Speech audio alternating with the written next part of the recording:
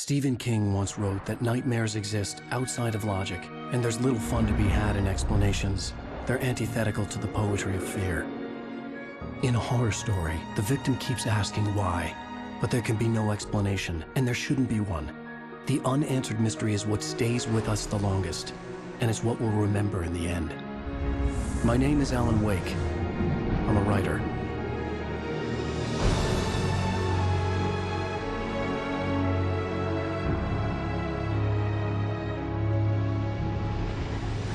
I've always had a vivid imagination, but this dream unsettled me. It was wild and dark and weird, even by my standards. So yes, it began with a dream. Following a typical nightmare pattern, I was late, desperately trying to reach my destination, a lighthouse. For some urgent reason, I couldn't remember. I'd been driving too fast down a coastal road to get there.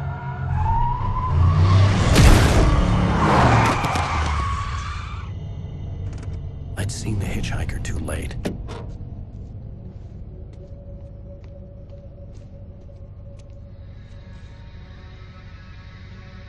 He was dead.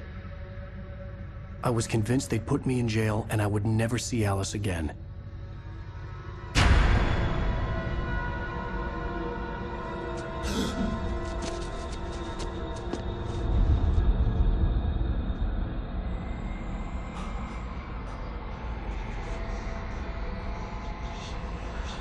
Suddenly, his body was gone. I was in shock from the crash. I could hardly stay on my feet.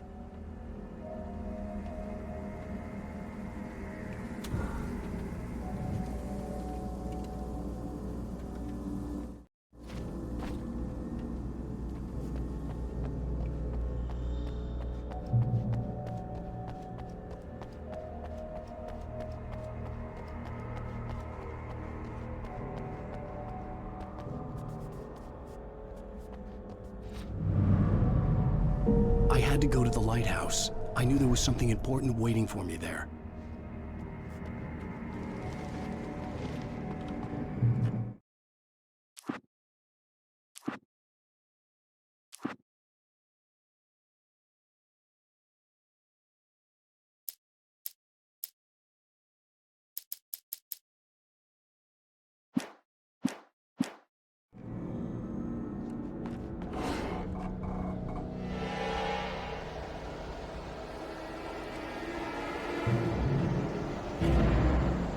You don't even recognize me, do you, Ryder?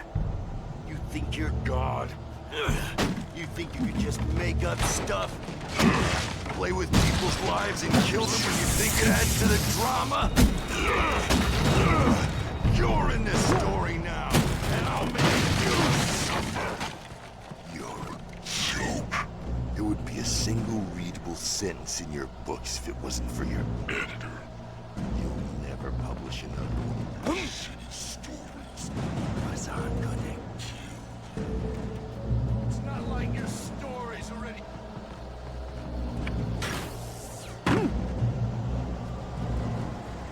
You missed your deadline! Damn.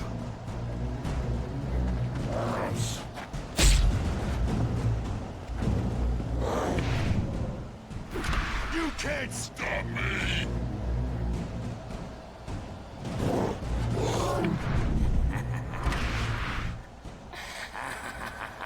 I realized that the hitchhiker was a character from the story I'd been working on.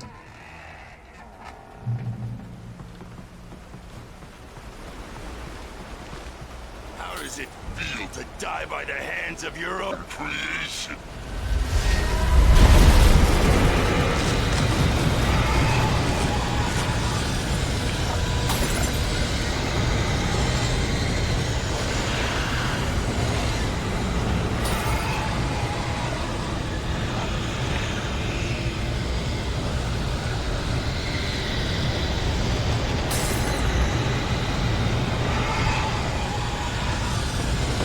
This way!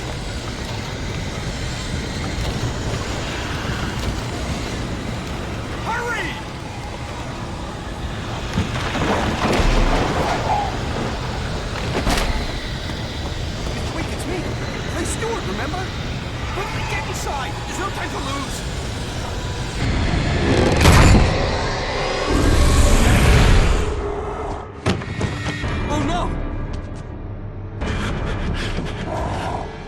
Stop! No! Damn it, die! No! No! No!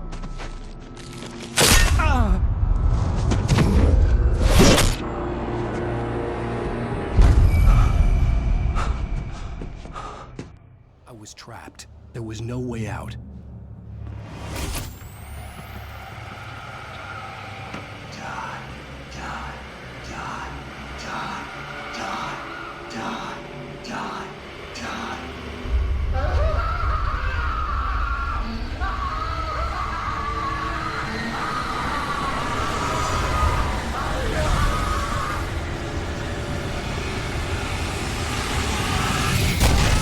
The cabin was a death trap. I had to get out.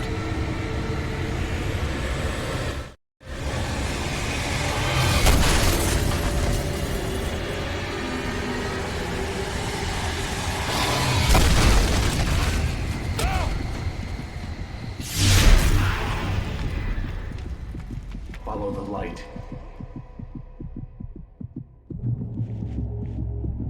You are hurt. You should go into the light. You are only safe there.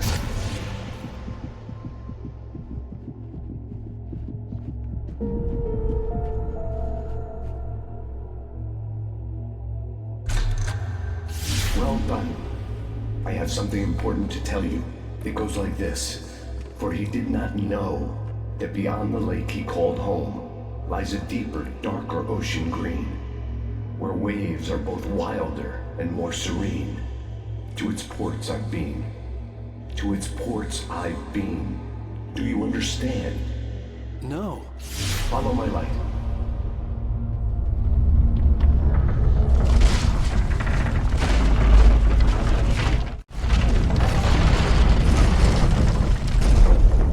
I entered your dream to teach you. The darkness is dangerous. It's sleeping now. When it feels you coming, it will wake up. There's no time. I can only show you the most important thing. The hitchhiker has been taken over by the dark presence. You can't hurt him now. The darkness protects him from all harm. Only light can drive the darkness away and make him vulnerable again. Here, take the light.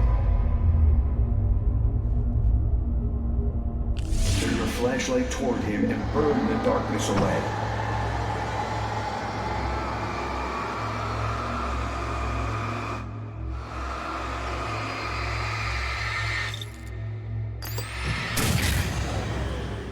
You did it.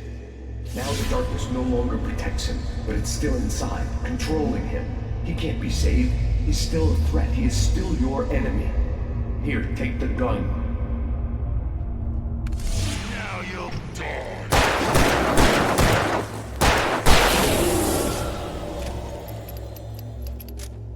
Good. You've done well. Remember what I've taught you. That is all. I will give you back your dream now. In the nightmare, a terrible darkness was taking over the world. The lighthouse was the last safe place on Earth.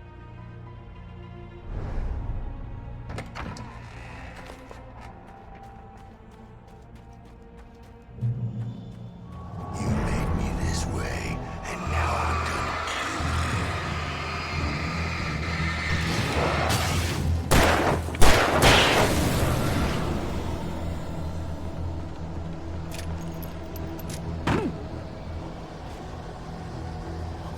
This isn't right!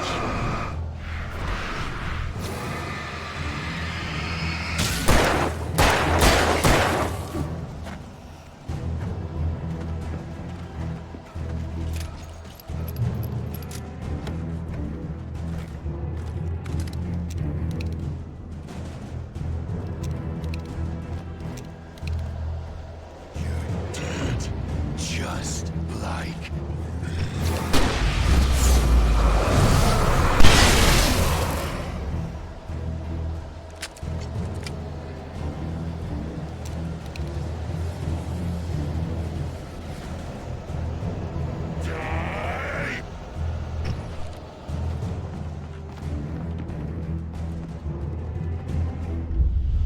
I can keep this up forever!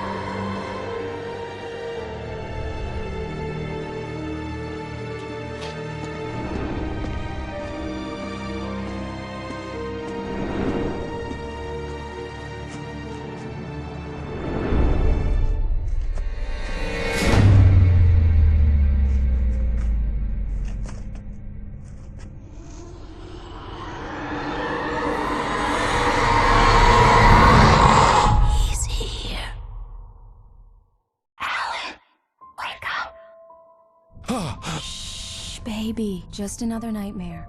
Everything's fine. You dozed off. Right. Anything more than dozed off would be news for everyone. Cheer up, handsome. We're here.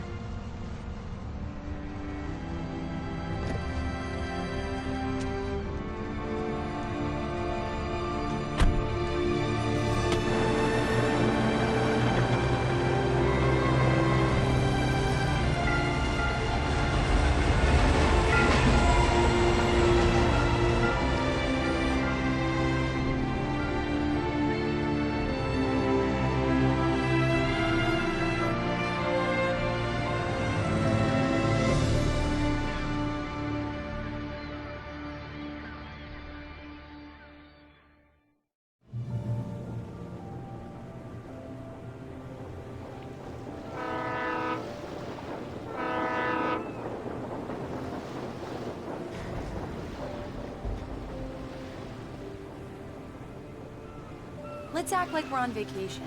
Go stand next to that old gentleman there. I want a shot of you with the town in the background. Sure.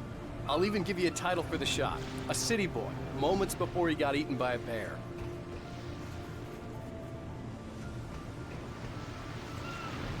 Hi. Hello there. You picked a good time to visit our town. Deer Fest is just 2 weeks away. Deer Fest, huh? Did you hear that, honey? You have a lovely wife, if you don't mind me saying. I'm Pat Maine, by the way. Nice to meet you. Yeah, I'm Alan Wake.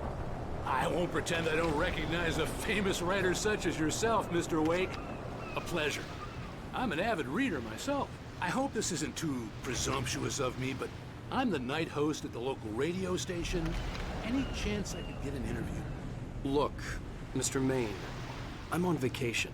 In fact, I'd appreciate it if we could keep my being here just between the two of us.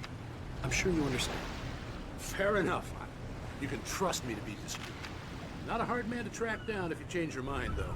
I hope you two have a lovely holiday.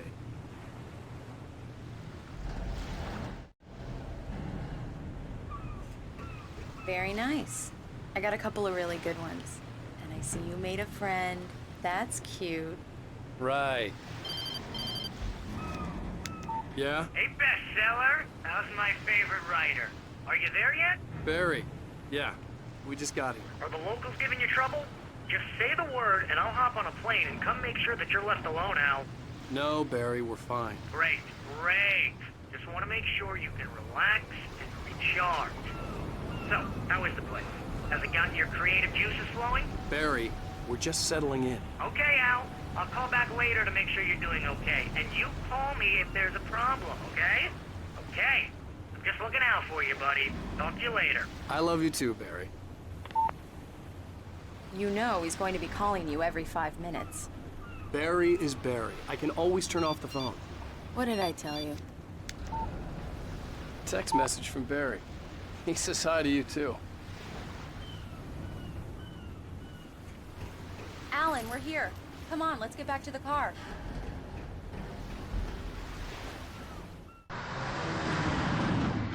We need to stop at the local diner to get the cabin key from the landlord, a Mr. Carl Stuckey. He's waiting for us. I'll go fill her up while you get the key. I'll pick you up here in, say, 15 minutes? Sure. Alan, thank you for coming here with me. I love you too. Go on. I'll promise to behave.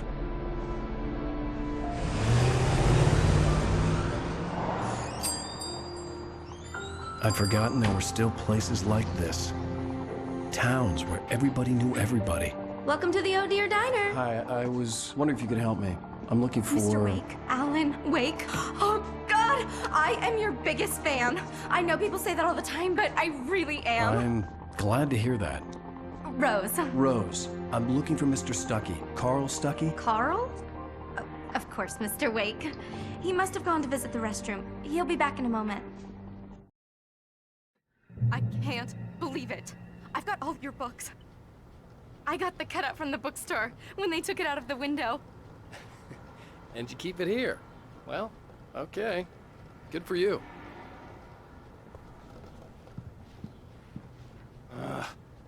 Right. Try the coffee. So much for Just don't blame me when you fall in love, because it'll break your heart when you have to leave. Rusty here is no longer human.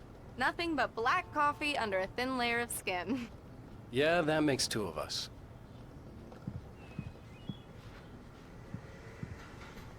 Are you staying long, Mr. Wake? I can't believe it. I'm having a conversation with Alan Wake. Do me a favor, Sonny. I could really use a tune right now. Coconut, number 6 in the jukebox. I'd do it myself, but both of my legs have gone to sleep. Bad circulation. Yeah. Are you serious? Coconut again? You disgust me. Call yourself a rocker. Unbelievable. Ha!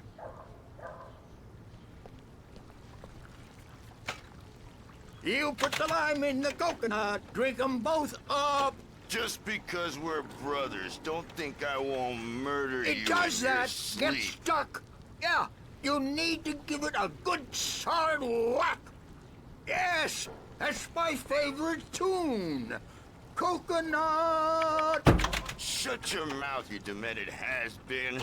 Now that's what I'm talking about. Yes. Jeez. This is it. I've died and gone to hell.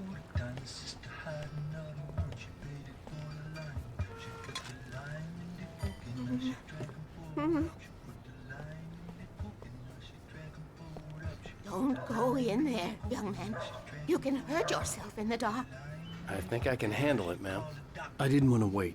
I wanted to find You don't Stucky, wanna die, to get the do key you? and get out as soon as Worse. possible. The waitress was giving me a headache.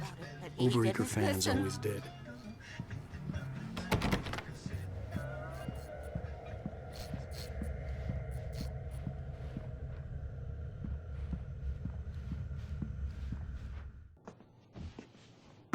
Hello? Mr. Stucky? Carl couldn't make it. Unfortunately, he was taken ill. But I have the key for you and instructions on how to get to the lake. Okay. I wish you a good stay in my cabin. I'll come by later to check how you've settled in. And to meet your wife. I insist. Thanks.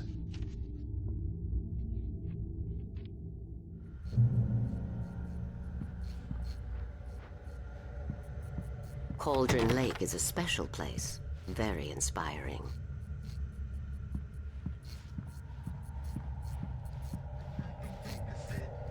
You got lucky this time, young man. You can hurt yourself in the dark.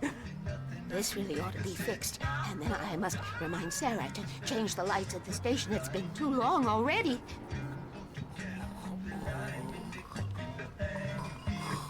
Even that sounds better than your singing. Are you all right?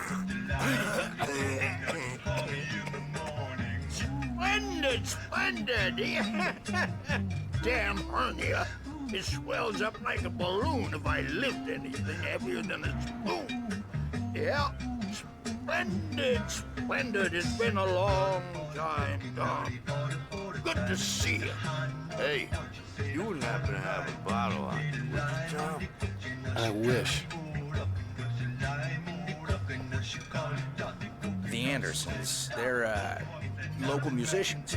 We're waiting for Dr. Hartman to come pick them up. They wandered off from his clinic at the Cauldron Lake Lodge.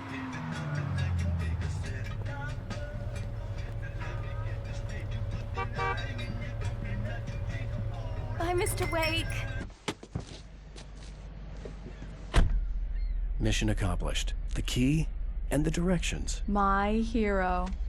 I got some flashlights, just in case. Hey, wait! Mrs. Wake!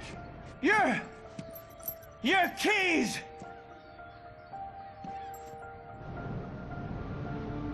That diner was a real nut house.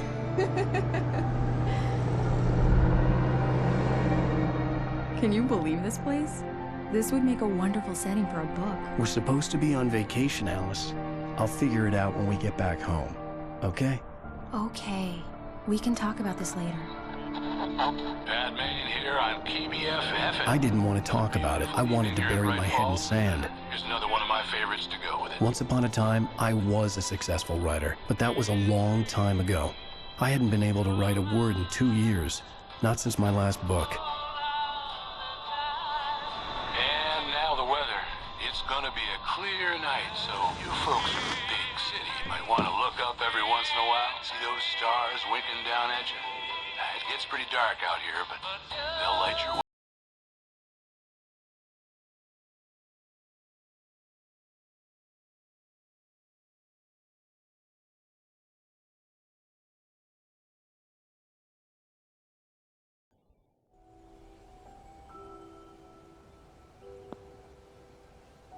Wow.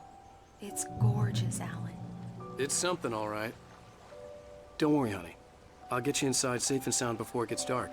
And I've got the flashlight. I know. I'm okay. Alice had a phobia, the fear of darkness. I wanted to make sure we were inside with the lights on before sunset.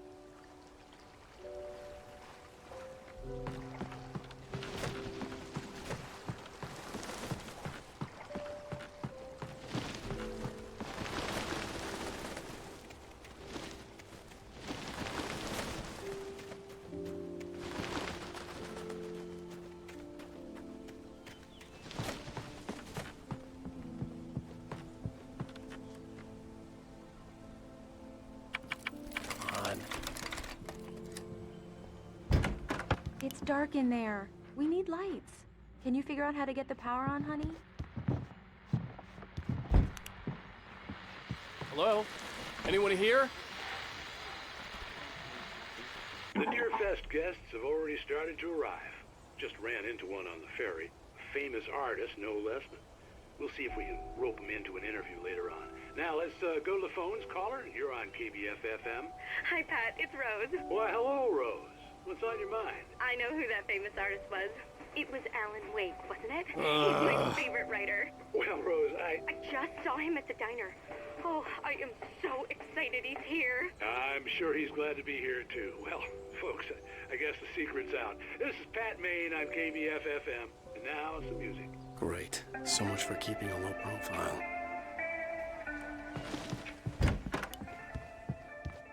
The power cable goes to that shed over there.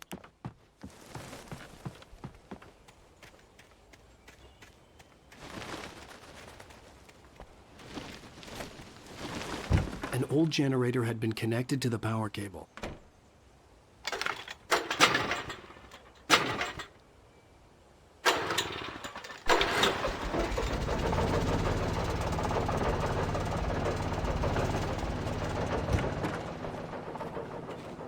The lights are on! Good work, honey. I'll freshen up a bit and start settling in. Okay. I'll look around a bit. Sure thing! Have fun! The island. It was a beautiful place. I told myself I could rest here, sleep here, and forget about my work.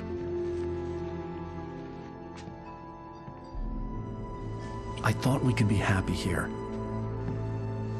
In the site for a love story. Maybe it would be that again.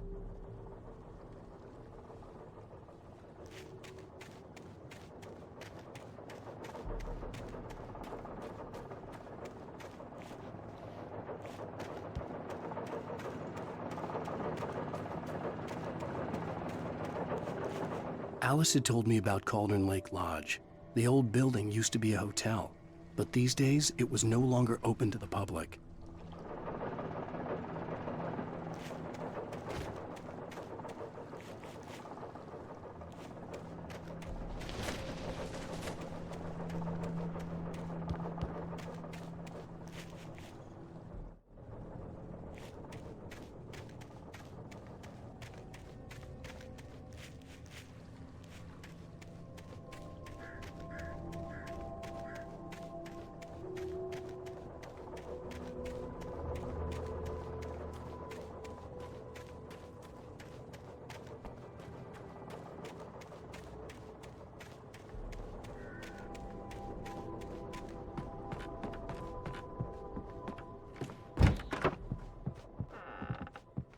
Alice? Honey? A shoebox filled with books by Thomas Zane sat on the shelf. I'd never heard of him before.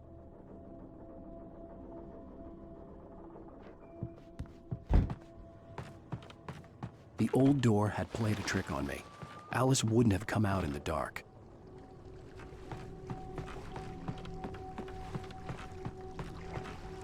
The water was black. I couldn't help but imagine all sorts of horrors lurking in the depths below.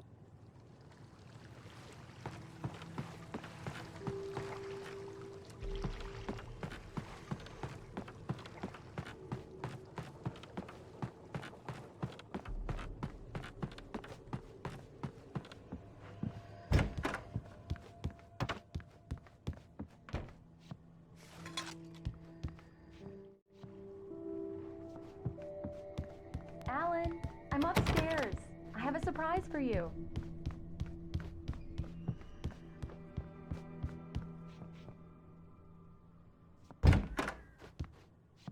Surprise! Alice? What is this? I guess I have a small confession to make. I thought maybe you could write here that a change of scenery would get you past— Damn it, Alice! Everyone keeps— Hey, just hear me out! There's a local doctor, Dr. Hartman. I read a book of his. He has a private clinic here. He specializes in helping artists. So now you want to get me committed? No, it's not like that. That's not... Alan? Alan?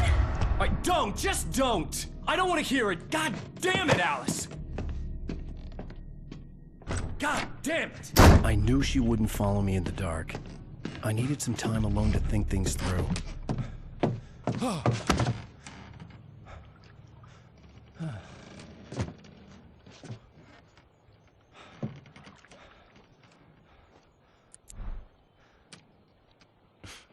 Damn it.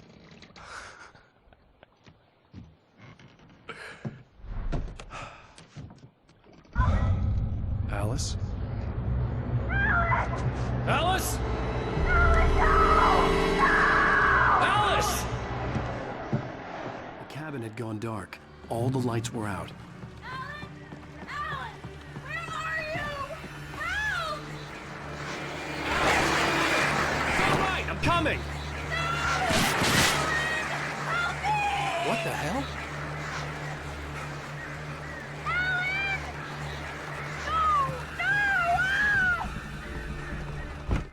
Alice?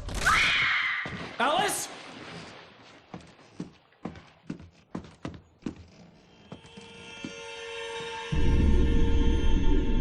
Oh no!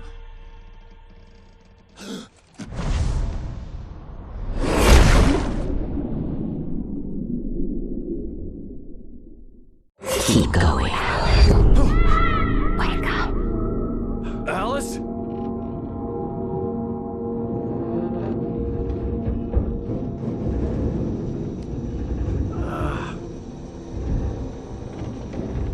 Waking up in the crashed car felt like I had woken from one nightmare and entered another.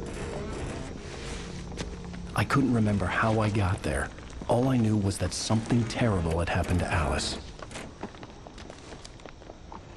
The phone was dead. I'd have to find help on foot.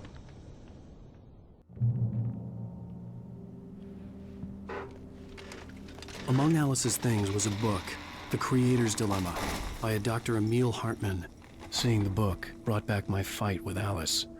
I didn't like it, and I didn't like the guy's smug face on the cover either.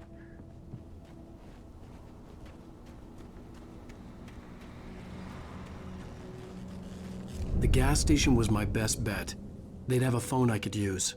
It looked like a long hike through the forest to get there.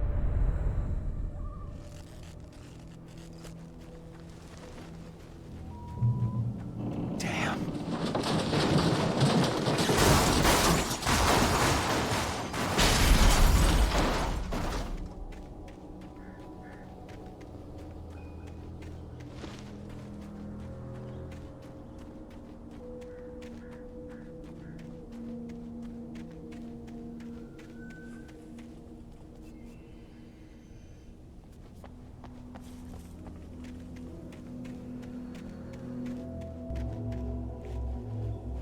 Hello?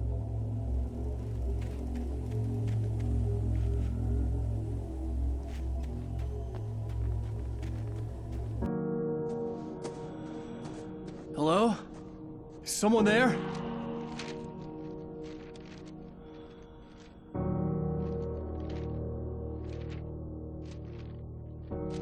The loose sheets of paper were pages from a manuscript entitled Departure. That was the name I planned to use for the next novel I had never gotten started. I was named the author. I hadn't written it. I couldn't remember writing it. In the scene on the page, the hero was attacked by an axe murderer in the woods at night.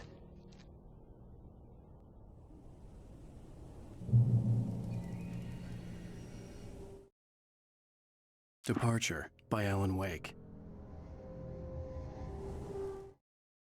The man turned to face me.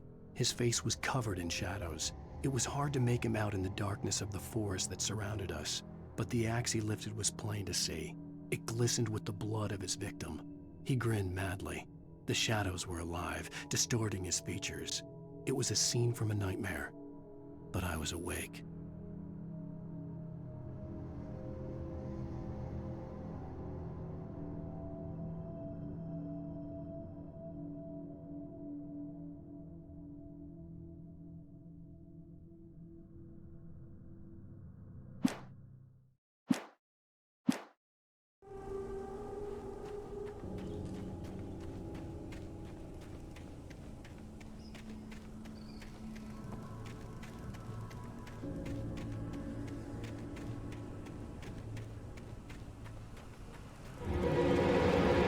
Anybody there? Please, I've been in an accident.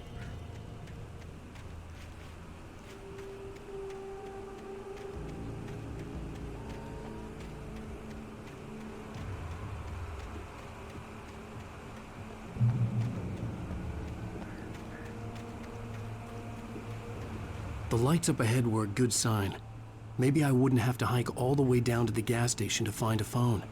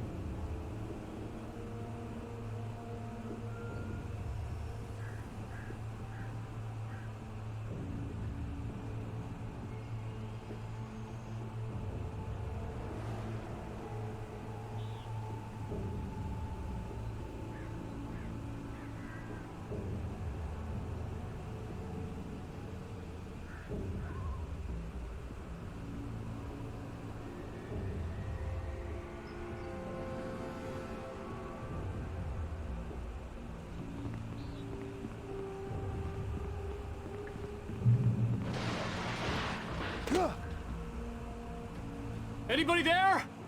Please, I've been in an accident. Hey! Hey, you! Phil! There's been an accident. I need help. Deposit. I need to... Premium cabins for rent in... Nightfall! Oh, hell. Carl Stuckey. Pleased To meet you. Non-refundable reservation deposit required. Fair and square. Fair and where?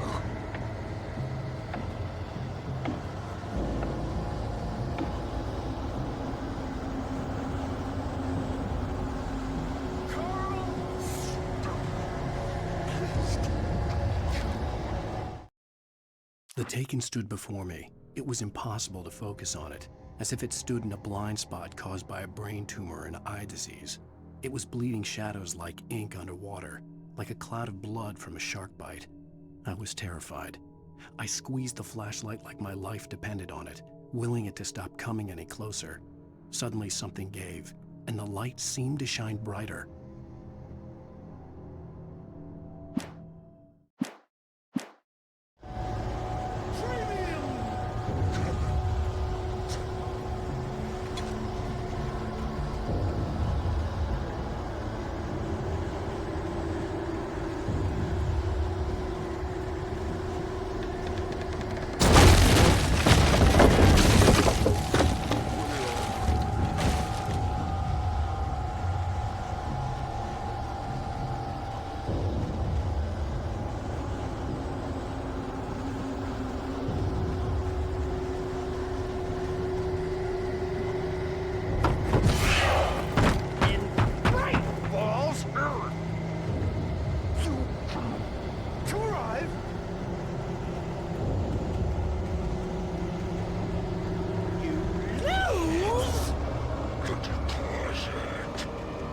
The latest thing!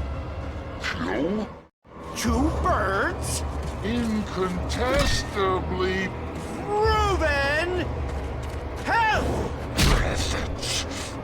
See the sights? Keep those Cholesterol levels! fall. I had to figure a way out of this.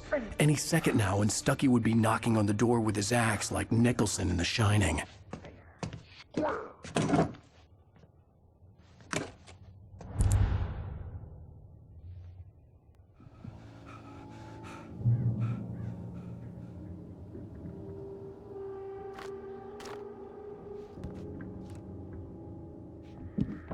During your trying Walking. it's the latest thing. Incontestably Proven health benefits let you kill two birds with one. stone. You can see the sights and keep those cholesterol levels Down. at the same Time.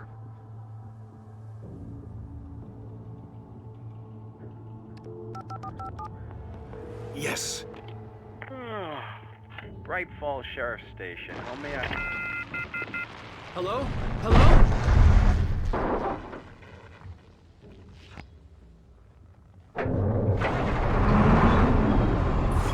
The spread.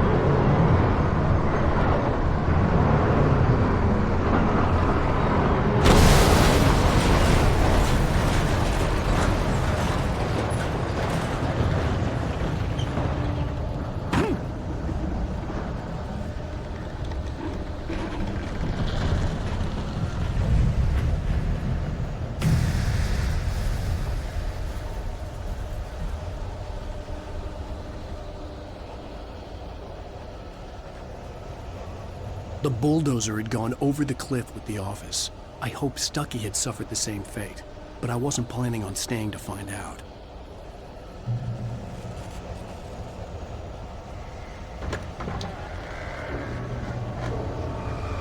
There were more of them.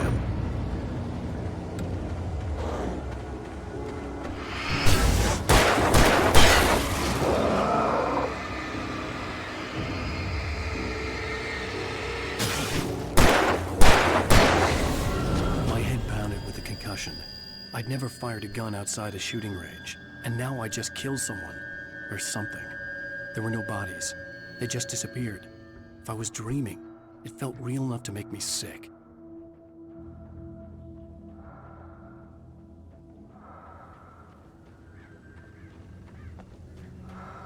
Eerie hand-painted graffiti was revealed by my flashlight. Someone had hidden a chest of supplies near it.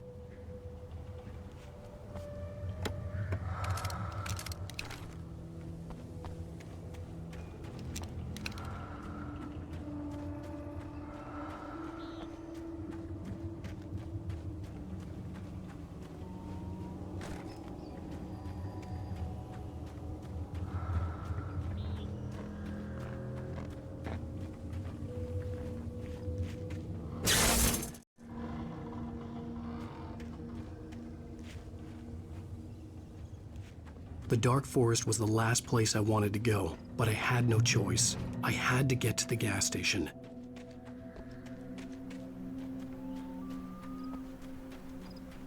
It's rabbit season!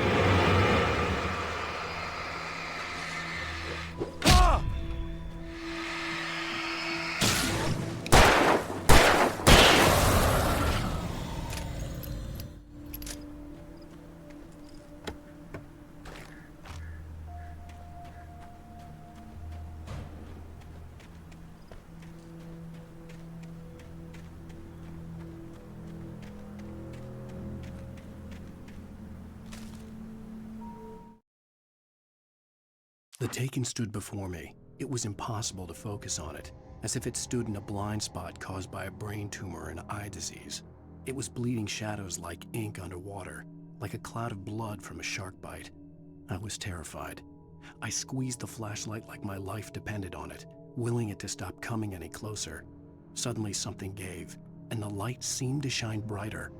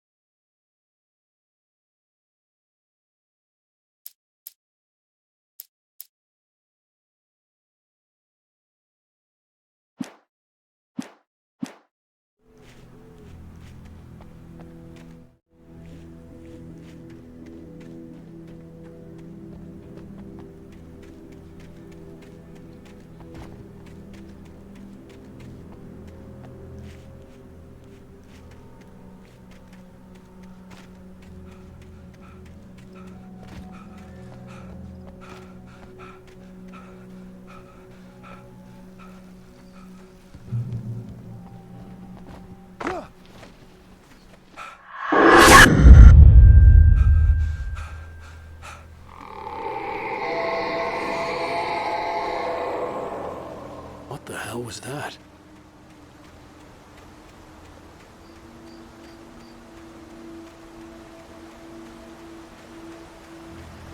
When I saw the river below, something uncoiled itself inside my head. I realized that I'd have to find a way across. I didn't even want to look at the water.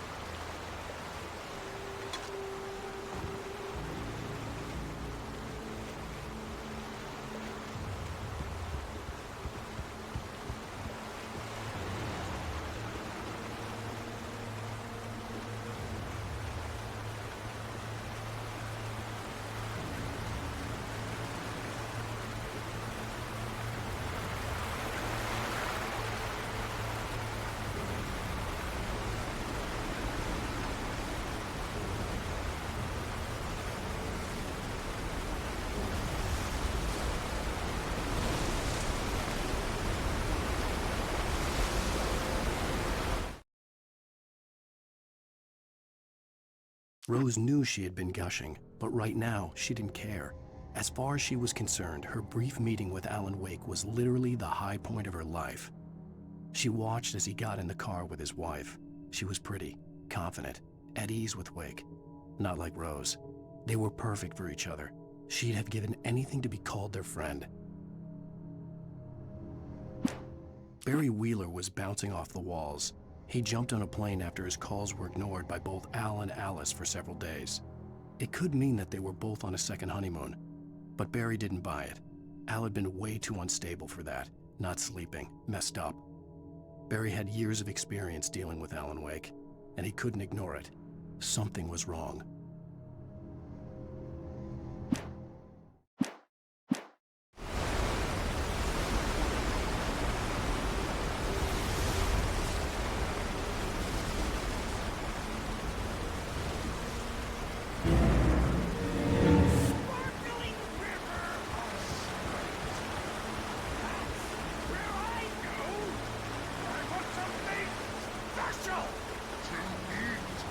Stucky was still out there, in the dark, stalking me.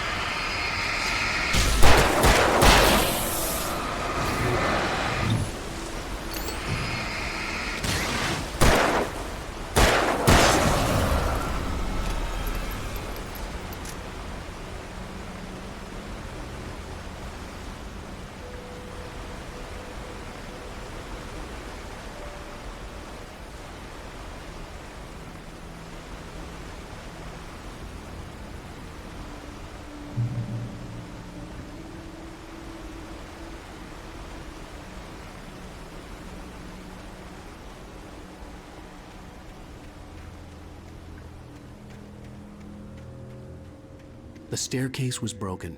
I had to make my way up some other way.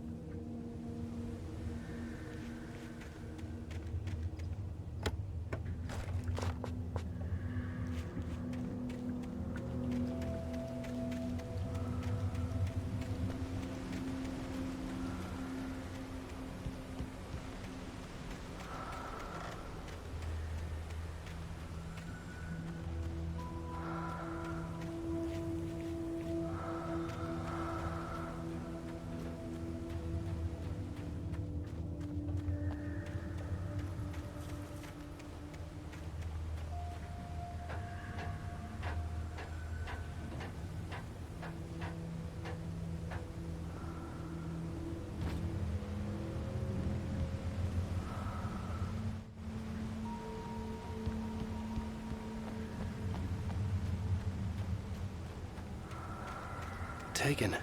They're taken.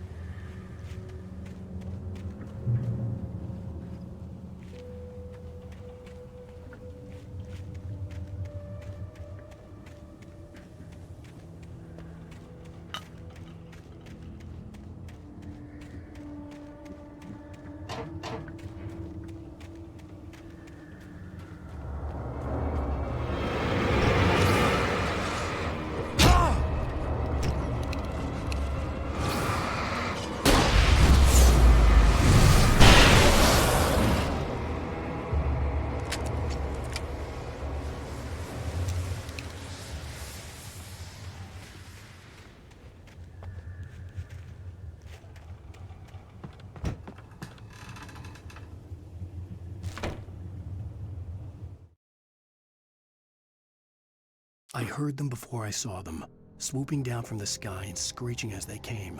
I spun around just as the cloud was upon me. For an instant, I stared into 100 dead eyes, black pearls glittering in the darkness. I raised the flashlight and the swarm exploded like fireworks. Feathers burned, turned into ash. I couldn't hear my scream above theirs.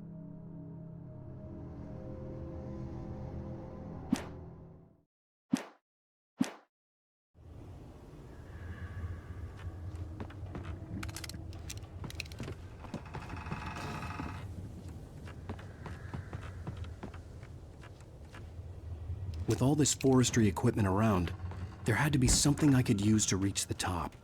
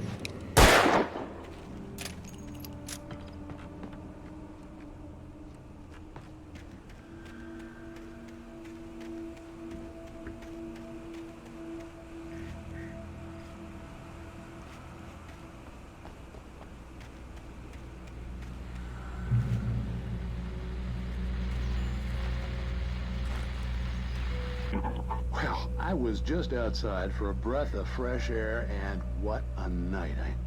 I know most of you are probably in your beds by now, but if you're still up and around, take a moment. Step outside for a spell and breathe in deep. The weather is absolutely still. The sky is crystal clear. It's like the forest is quietly breathing along with you. As you listeners know, I'm a night owl, and it's on nights like this I wish I wasn't cooped up in the studio. Makes an old man like me wish I could just roam wild. But here I am, and it would keep you company all night long if I weren't. It looks like I'm not the only one staying up late. Caller, you're on the air. Hey, Pat, it's Maurice Horton. Hello, Maurice. What are you up to? Well, I was just taking Toby on his walk. Oh, isn't it beautiful out there? Sure, but Pat, the reason I called is that Toby heard something rustling in the undergrowth and took off after it, and I couldn't find it. Probably a rabbit. Sure. Toby loves rabbits. Well, sure. Anyway, I figured that, if anyone runs into Toby, they could grab him. My number's on his collar. And Toby's a friendly dog? Oh, Toby loves people. Usually he comes back, but we were pretty far from home, and it sounds like he went pretty wild there. Great dog, but he's just too dumb for his own good. Well, Maurice, it's out there now. Hope Toby comes home soon. Yeah, thanks, Pat. You have a good night now.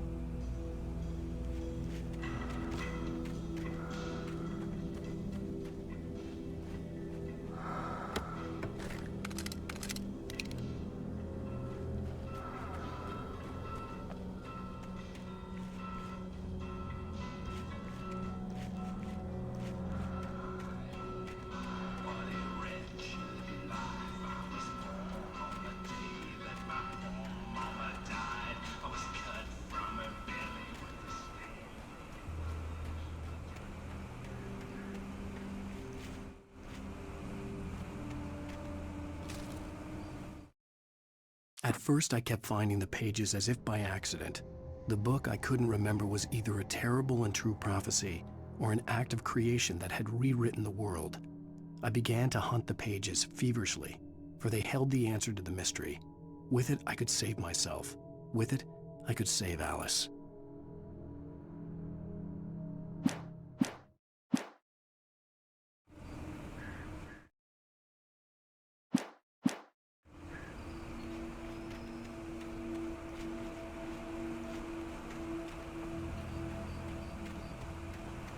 The gas station was closer now, its light welcoming in the darkness. Paul makes the best dogs in the state. Belly Burster is the best with no contest. Monster Dog is second best. The famous dog is third.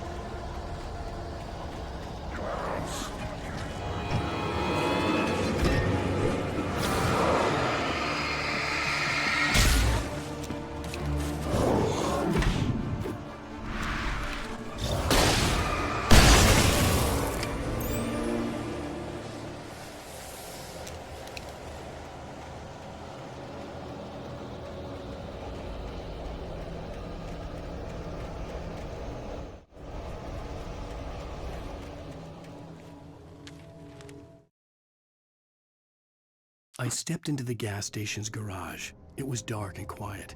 The place was a mess. It looked like someone trashed the place or that there'd been some kind of fight. Light spilled into the room through an open door at the back, and I made my way toward it. Without any warning, I was blinded by a bright light. An old portable TV on the shelf had come alive by itself. Impossibly, I could see myself on the screen, talking like a madman.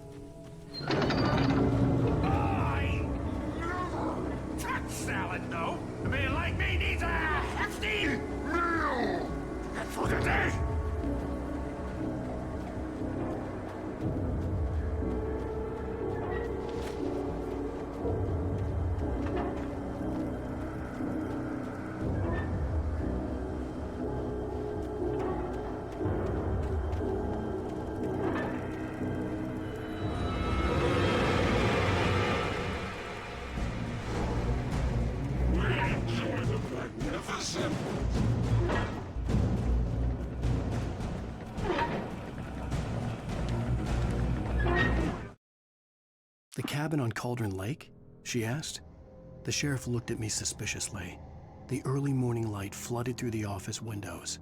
I would probably never have gotten out of the woods alive without her help, but I couldn't tell her the truth of what I'd faced the previous night. She'd think I was lying or crazy. She'd lock me up, and she wouldn't help me find Alice.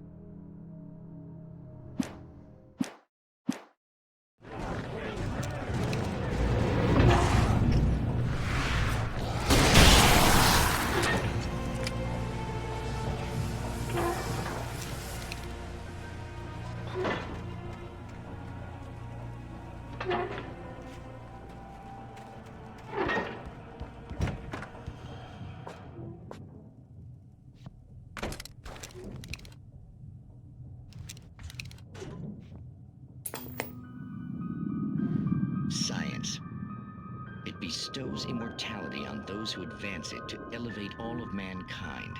Newton, Einstein, Sagan, princes among men. But the price for such a legacy is steep indeed. In Night Springs. Tonight's episode, a quantum suicide. If our lives are already written, it would take a courageous man to change the script.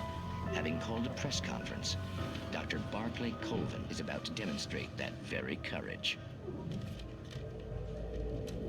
Ladies and gentlemen of the press, I am Dr. Barclay Colvin, and I'm glad so many of you could join me here at the Moorcock Institute. Tonight, I'm going to give a practical demonstration of the many worlds interpretation. As you can see, this is a loaded 9mm pistol. It shall be part of a thought experiment. And now, a real experiment, known as a quantum suicide. Did he say suicide? Is that a real gun? He's kidding, right? Please, stay calm. There is no risk. Observe what occurs when I place the weapon against my own forehead. Now, you might think this round is merely a dud. Not so. Observe the flower pot. And yet, I myself cannot be harmed with this gun. With each pull of the trigger, two new realities branch off. One in which the weapon didn't fire, and one where it did. With my machine here, I have ensured that this reality is always the former. I have bestowed upon myself quantum immortality.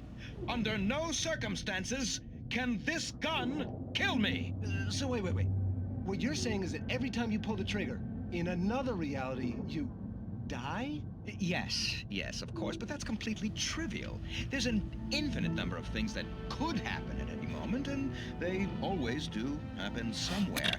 The point is, this one thing did not happen here. You're insane, Colvin. Insane? Insane? Hey, was this thing supposed to be plugged in? I stumbled on it. You fools! Gaze upon quantum immortality.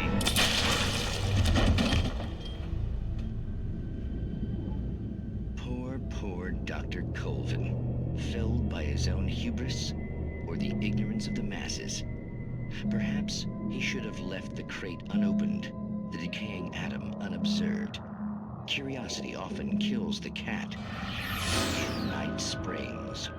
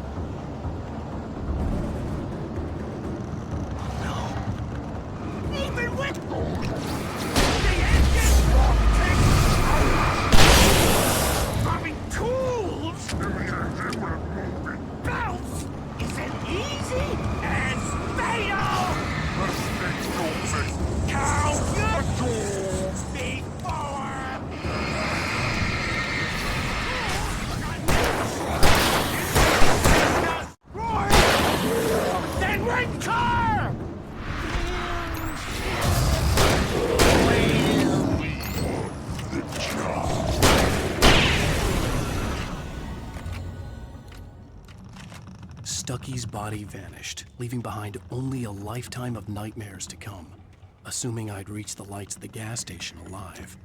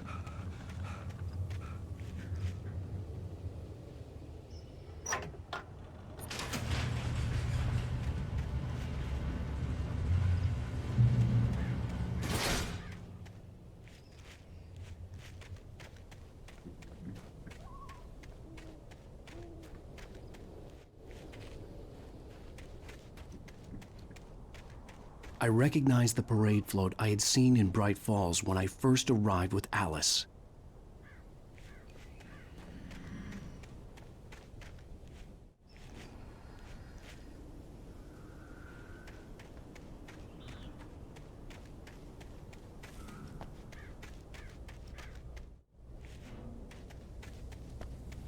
After the insanity I had just experienced in the darkness, the lights of the gas station felt comforting.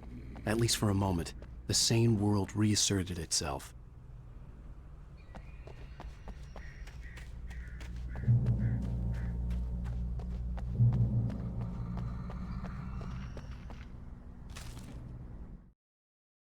Stucky spat on the garage floor and tried to shake the cobwebs from his head. Ever since the couple never showed to pick up the keys, things had been fuzzy. Something, a feeling caught his attention. Stucky looked up and stared as his brain tried in vain to process the horror before him. He stumbled back, knocking over a can of oil. A black pool spread across the floor while he struggled for a brief moment, then let go as the unrelenting darkness engulfed him.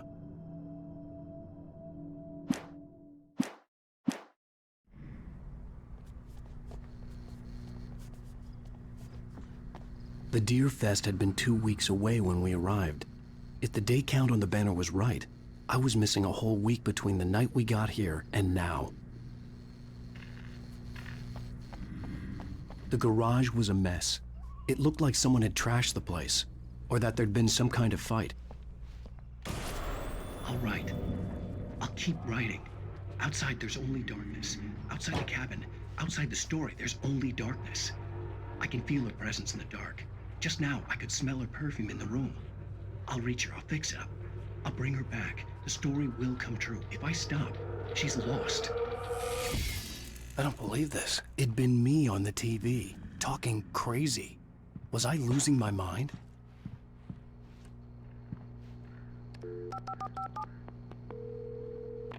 Bright Falls Sheriff Station.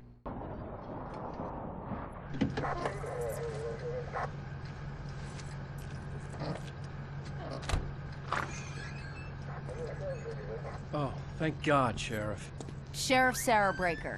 You are... I'm Alan Wake, but listen. I was in a car crash. My wife, Alice, she's missing. Calm down, Mr. Wake. We were staying in a cabin on the island, on Cauldron Lake. There's no island on Cauldron Lake. Not since the big eruption in the 70s.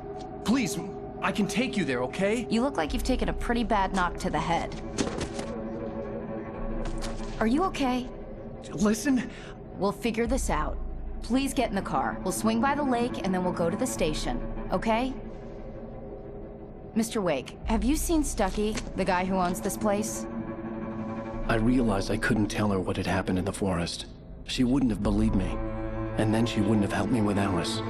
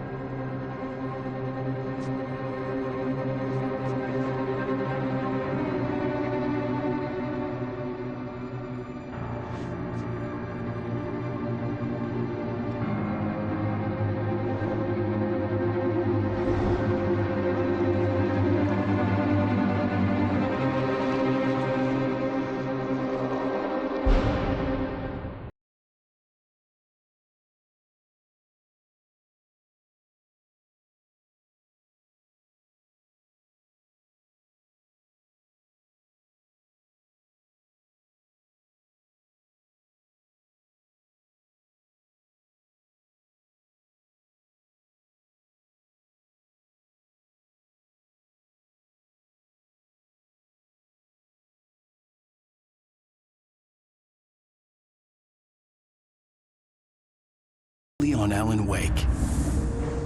I came to Bright Falls with my wife, Alice. Thank you for coming here with me. I thought maybe you could write here. I don't want to hear it! God damn it, Alice! Now, she's missing. Alice? Alice? I woke up behind the wheel of a crashed car. I'm missing a week. I was attacked by shadowy men straight from a nightmare. The sheriff took me to the lake Alice and I had stayed at. But the cabin had disappeared.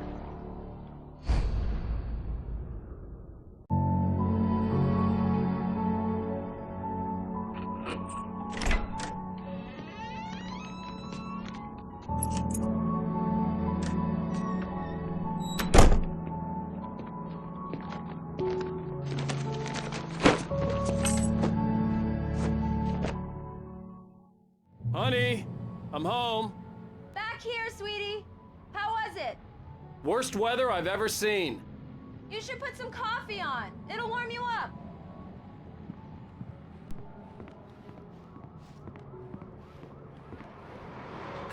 Coffee's on.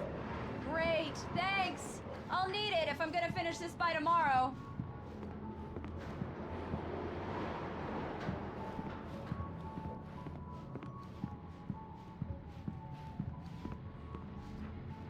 Oh, hey, I just finished those cover mock-ups. They're on your desk. Tell me what you think. No kidding. I didn't think you'd get them done this quickly. On occasion, I can perform all sorts of miracles, my dear. Oh, really? Well, you seemed to think so last night.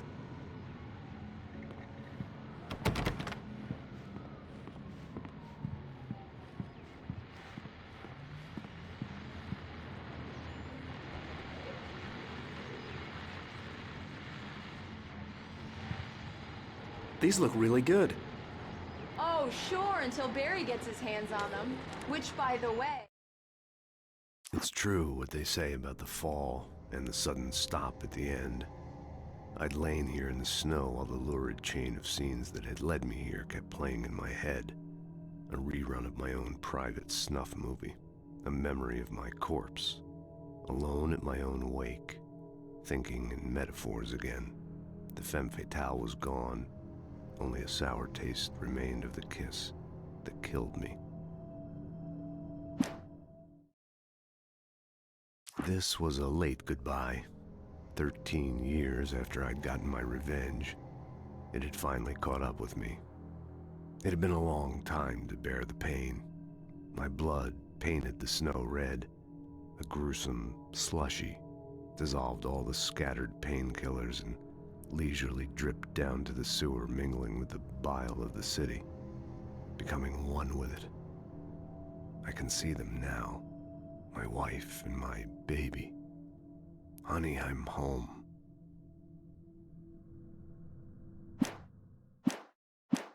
It will happen over my dead body. The last time was the last time. Oh, and speaking of Barry, he called. Alan! Alan, please check the fuse box. I'm right here. I'm on it, honey. Please hurry. Honey, it's a power outage. I've got the flashlight.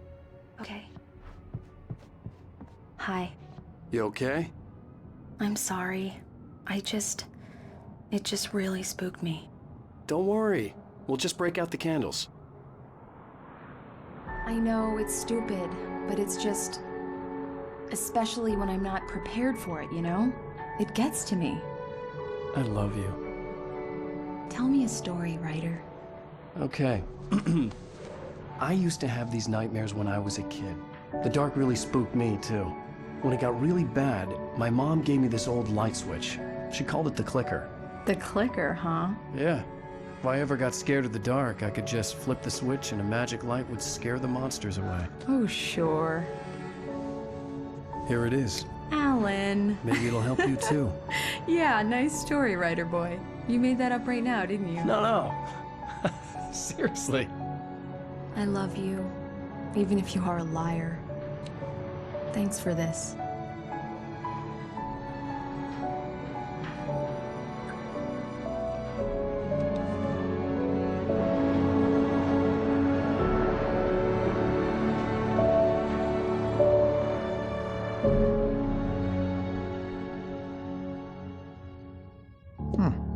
How do you feel, Mr. Wake? Any nausea, disorientation, anything like that? Mr. Wake, how are you feeling? I'm okay. My head's fine. I had to lie about my headache and memory loss. He'd send me to a hospital for tests. I couldn't leave without Alice. Very well. I don't think you have a concussion, but you've obviously been through quite a shock. You should take it easy for a couple of days. Thanks. Well then, Mr. Wake, we're done here. If the pain gets any worse or you experience any other symptoms, you should come see me. I'll let you get on with it then. Sarah, Sheriff Breaker, is waiting for you. She's very good at her job. I'm sure she can locate your wife in no time. Doc Nelson was the image of a small-town doctor. Sheriff Breaker had called him to the station to take a look at the cut in my head. I'm sorry you had to cut your morning fishing short for this, Doc. Oh, she's a beauty, ain't she? Not the biggest I ever caught, if you can believe that coming from an old fisherman like me, but she's right up there. Now, she's a largemouth bass, which is what you're after if you prefer a lure. Now, if you want either trout or salmon, on the other hand, then it's fly fishing for you. You a fishing man, Mr. Wake? Oh, doesn't really matter, I suppose. But it can be very relaxing out there. You can't get me off the water this time of year. Closest thing to heaven. I'll take your word for it, Doc.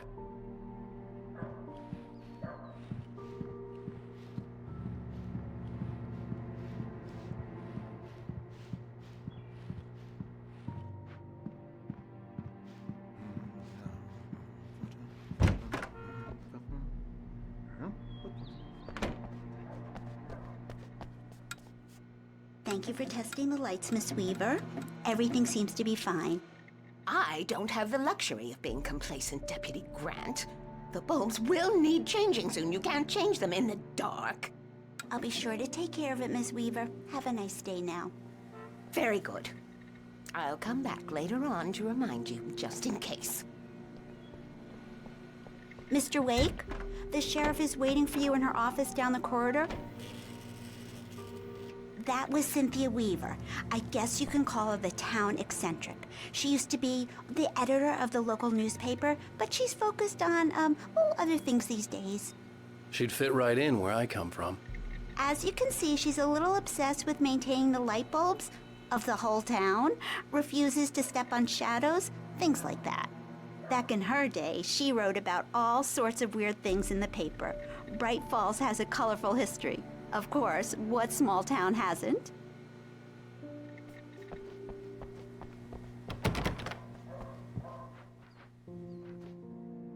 Yeah, it's Mulligan here. I'm at Stucky's gas station with Thornton. There's no sign of him. Over. Wait. Yeah, this is Thornton. Look, we've located the brake float. It's here. That's some good news, right? Stucky was supposed to be driving it at the rehearsals today. Over. Oh, give me that. Mulligan here. Looks like someone really thrashed the garage. Over. Okay, roger that, guys. Keep looking for Stucky. Jane's out.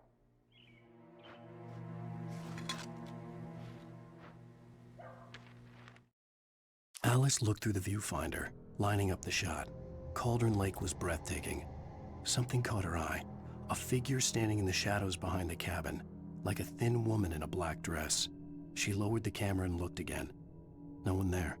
Just a collection of bushes that looked vaguely human-shaped. She shook her head and laughed.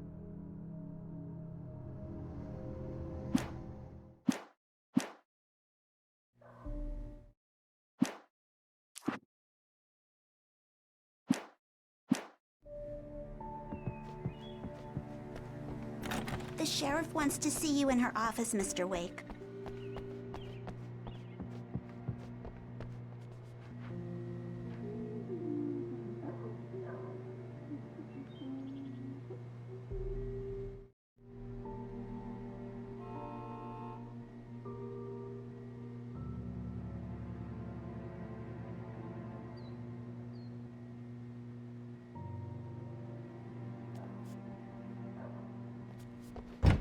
Come in, Mr. Wake.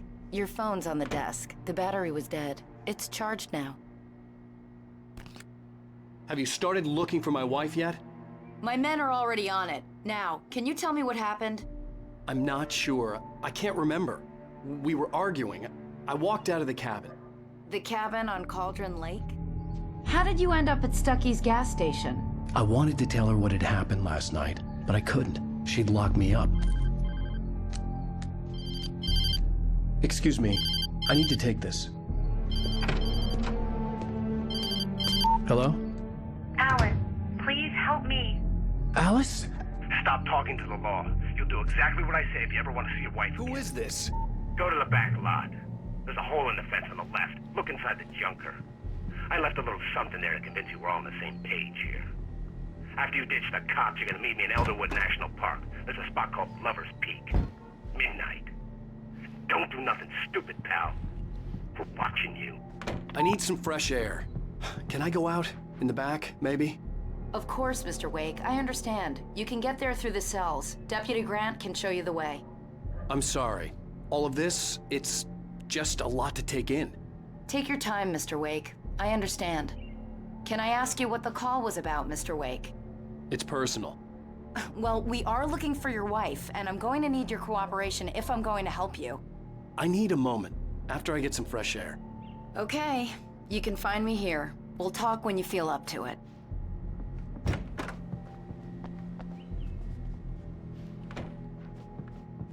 Mr. Wake, can I help you with anything? I need to get some air. The sheriff said I could go out back. Of course, Mr. Wake. You can get there through the cell corridor. Just don't mind Walter in there. He's one of our regulars. I thought he quit drinking for good. Oh, no such luck. He went on a bender and beat Danny pretty badly. He started shouting like that the moment he woke up. You can get to the back lot through that door and down the corridor, Hey, can Mr. you Wake. turn the lights on? The deputies, they don't understand. They won't listen to me. I need it to be bright in here. Thank you, man, thank you. Hey, you're all right. You're a good guy. Don't let anybody tell you different.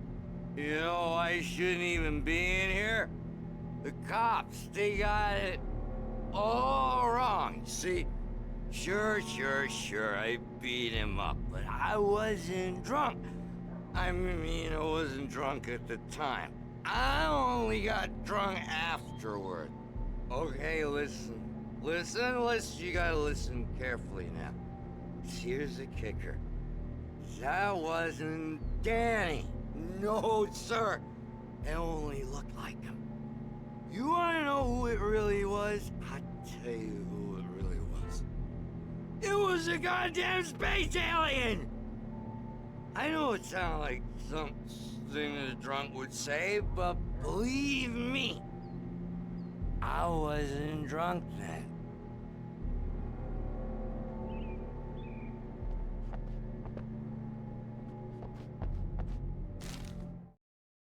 In spite of its human mask, to describe the dark presence as intelligent would have implied human qualities on something decidedly inhuman. Nonetheless, it found the one spot in the diner that was dark enough. Some light spilled into the corridor, ravaging it. But it took the pain. Horrible as it was, the writer would soon fix that. He would be coming to the one place where it still had power.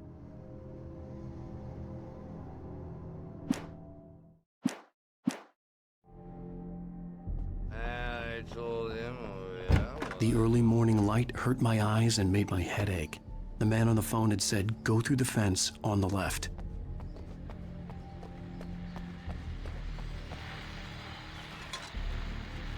Well, folks, it's been another long night, and it's about time for me to sign off for a while. God knows I need my beauty sleep. Just one more item before I go. It's been a busy night for the Sheriff's Department. We've had a few broken windows, even a report of shots fired on Main Street. Deputies Mulligan and Thornton had to deal with two intoxicated young men who were celebrating the completion of their Deerfest float. Now, folks, we get this every year. I know it's exciting, the big day's almost here, but let's save it for the party and leave the gunplay for the shooting competition, huh? There's no point in getting all worked up yet.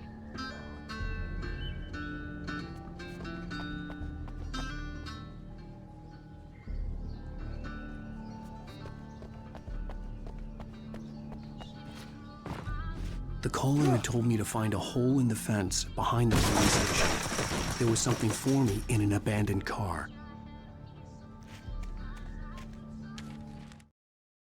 The kidnapper fired his gun one last time, and the shadow vanished into the darkness it had come from. See?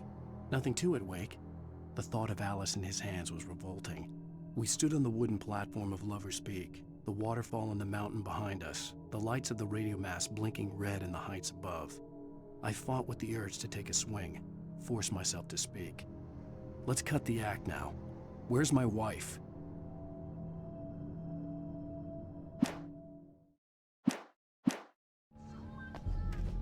Alice's driver's license had been placed on the front seat. The caller meant business.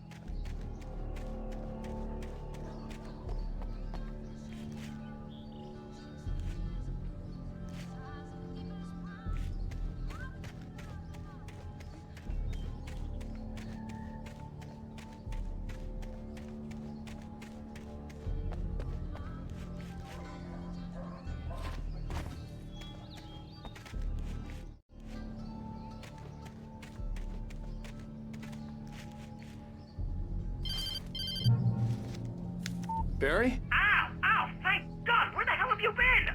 I've been trying to reach you for a week, you and Alice. I've been worried sick. I flew out yesterday. I'm here in Bright Falls. Barry, listen to me. I'm at the sheriff's station. Come and get me. I can't talk now. Al, what the hell is going on? I had to get the sheriff to let me go. I needed to get to Elderwood National Park to meet Alice's kidnappers.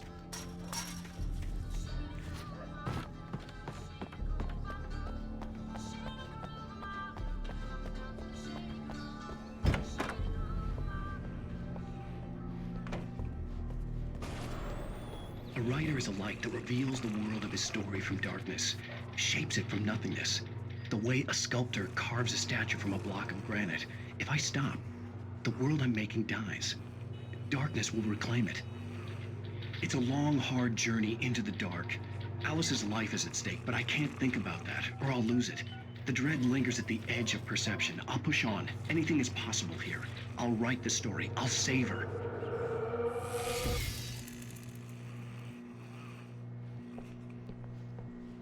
Marvelous, Sarah. I just wanted to settle all the damage the Anderson brothers might have inadvertently caused on their recent and regrettable... Are you feeling any better, Mr. Wake? I'd like to leave. Am I free to go? Well, we still need to talk about... Am I under arrest? No, of course not. But I need to know where you'll be staying so I can get in touch with you. I'd avoid the motel. The Majestic is known for its roaches. The cabins at Elderwood are pretty nice, though. That sounds perfect. I'm Dr. Emil Hartman. I'd like to invite you to stay at Cauldron Lake Lodge. Did you talk to my wife? I had the pleasure of discussing your situation with her on several occasions. Did you set something up with her? I invited her here. My clinic is a place where... Oh! Hey! Oh, my! Take it easy. Hey, nobody move! Get your hands off of my client! Who are you? I'm Barry Wheeler, his agent. If you have business with Mr. Wake, you talk to me. You yokels won't know what hit you once I sick my lawyers on your asses. No harm done, Sarah. I'm all right. I don't want to press charges. Mr. Wake, my offer still stands. Get me out of here. What the hell was that about, Al? We don't need a replay of that thing with the paparazzi. I thought they were gonna lock you up. I had to talk to someone. I told Barry everything. He thought I was certifiable, but when he heard about the manuscript, I had him. The fact that I'd written something, even if I couldn't remember it, was enough for him. He smelled money. And he believed that Alice had been kidnapped. Anything beyond that was another story. I had a midnight appointment with the kidnapper in a place called Lover's Peak, somewhere in Elderwood National Park. The plan was to rent a cabin. I don't like it, Al. I don't like any of it. It's not good. In fact, it's the absolute opposite of good. Mr. Wake! Barry, you found him. Hi, Rose. Oh, wow. I was just thinking about you, too. Great. I was just bringing Rusty some coffee. He's on the balcony, looking after Max. Poor thing. I really need to go. Great to see you again, Mr. Wake. Later! Who's Max?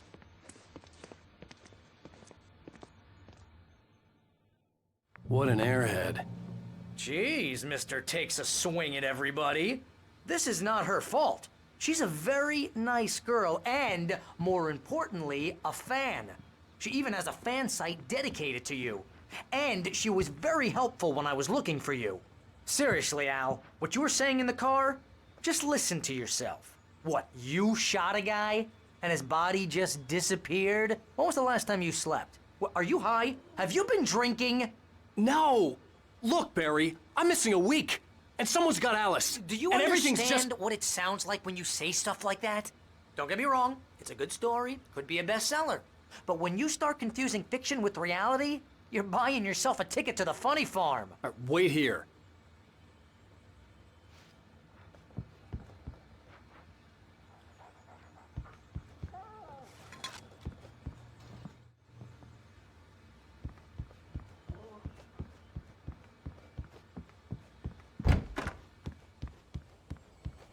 Easy there, boy. I'm almost done. Hey, Rusty, right? You rent cabins. Oh, Mr. Wake. I'd shake your hand, but mine are kind of full here. Actually, I'm sorry about this. Would you mind grabbing the registration form from the desk? It's just across from Bucktooth Charlie. Okay, sure. What happened? Crazy poachers. Max here got his foot caught in a trap. They're illegal to use here. Hell, you're not supposed to hunt within the park at all. But that doesn't stop some lowlifes. Hell, at least Max is gonna be okay. You got lucky. Max is still groggy from the shot I gave him, and I'd rather not leave him alone just yet. The form's on the desk across from the mammoth skeleton.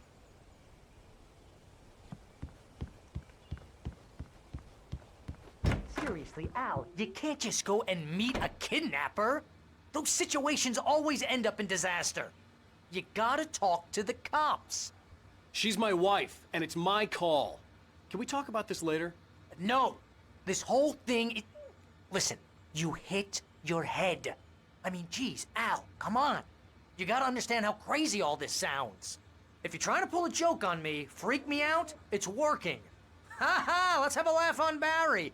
Well, you had me going there real funny, Al. You can quit it now.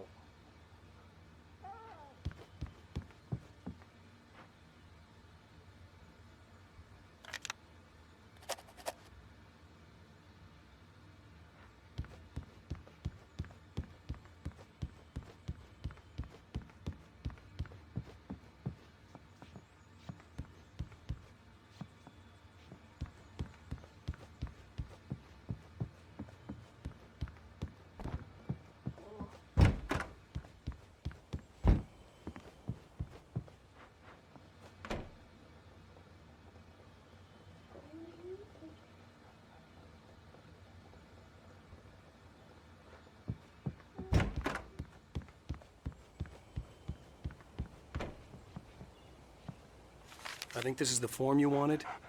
And here are the keys. Okay, you're all set, Mr. Wake. Glad to have you staying here. Thanks. Can you tell me how to get to Lover's Peak? Oh, sure. It's at the end of the nature trail. Just follow the paths, you'll get to it eventually. It's an easy walk. Nice spot, too. If you have any trouble finding it, just keep your eyes on the radio mast. It's right below that. Oh, and hey, if you take a walk in the woods, watch your steps so you don't end up like Max. I guess I'm a little worried. We got a bunch of campers out there we haven't heard from. It's not like these people are on a schedule, but with the traps, well, you know, I just don't want any trouble. Right, thanks.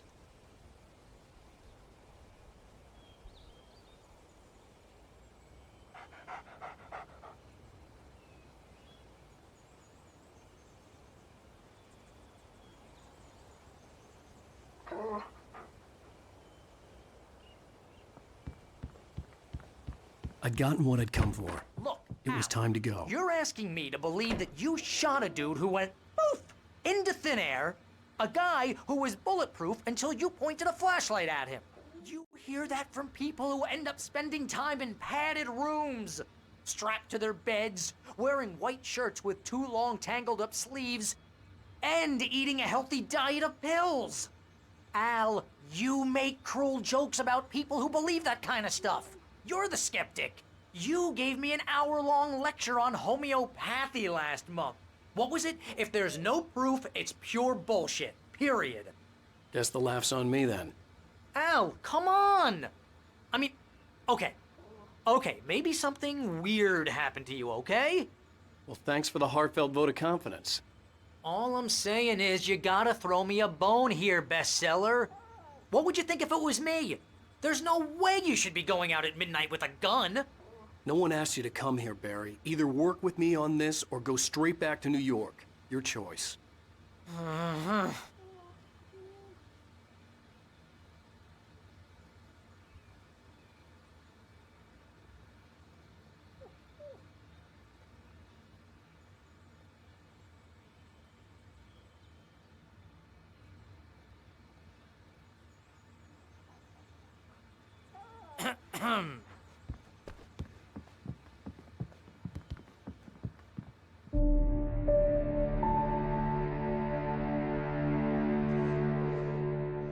That's just crazy talk, Al. Al? Al? We should go to the sheriff or call the FBI. Damn it, Barry, they'll kill her! This is not a goddamn debate, Barry. I'm going to Lover's Peak. He said to come alone. Okay then. I understand. You're my best friend and I'm worried that you're not right in the head. Tell me what to do to help and I'll do it. You stay here, and if I'm not back by morning, call the cavalry.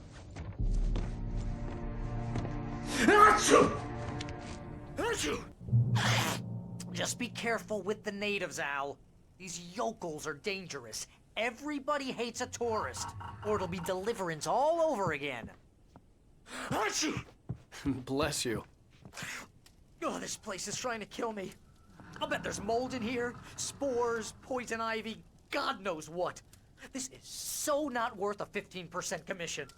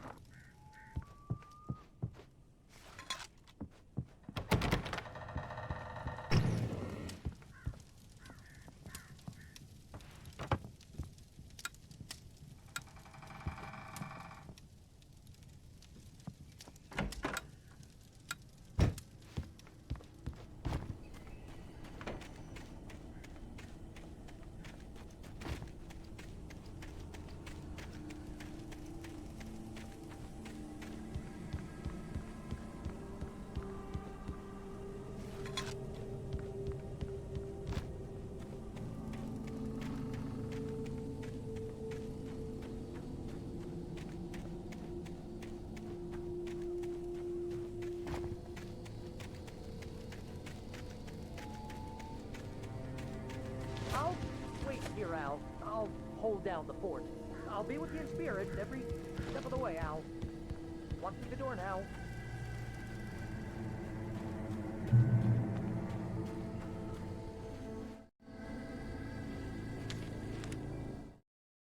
Barry had never gotten along with Alice, but he knew Alan loved her with an almost frightening intensity.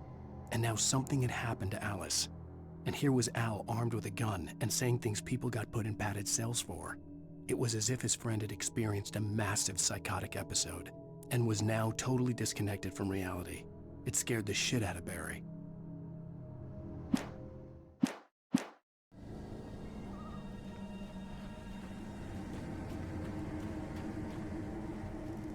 Barry had the keys to the car he rented. It wasn't a long walk to the visitor center, and it wouldn't be any use to me in the forest. I knew I should have gone to the cops. This wasn't the smartest thing I'd ever done, but I was still angry with Barry for trying to talk me.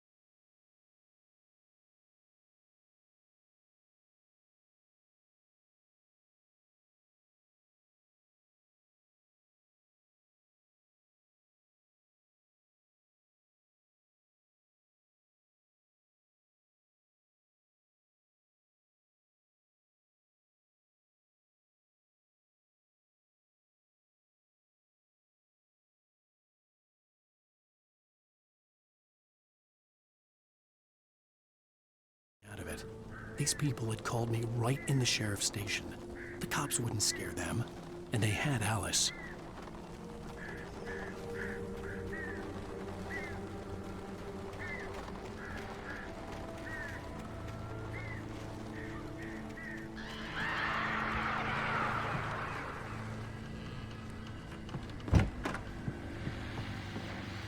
Welcome back to the show, folks. As promised, our very own Dr. Nelson has just parked his rear end in the studio. Doc, what's your Deerfest plan like? My plan? You make it sound a lot more organized than I ever seem to manage. Oh, No plan, really. Just taking the atmosphere. I'm getting a little too rickety to do much more than that, you know. Oh, tell me about it. No sack race for us older gentlemen, huh? Yes, exactly, Pat. But I'm gonna check out the parade, of course. And I'll be one of the pie contest judges, too. Well, that takes a different kind of constitution. Oh, yeah. It's my kind of exercise. Now, Doc, seriously, you're in pretty good shape, though. You're the outdoors type. I know for a fact you're an avid fisherman. That's right.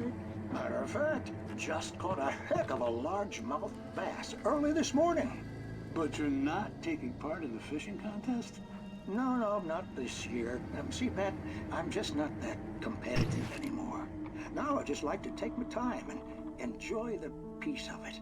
It's no fun if I need to worry about what I'm catching, you know? Well, considering your track record, the participants are probably pretty happy you feel that way. Well, Pat, that's kind of you to say.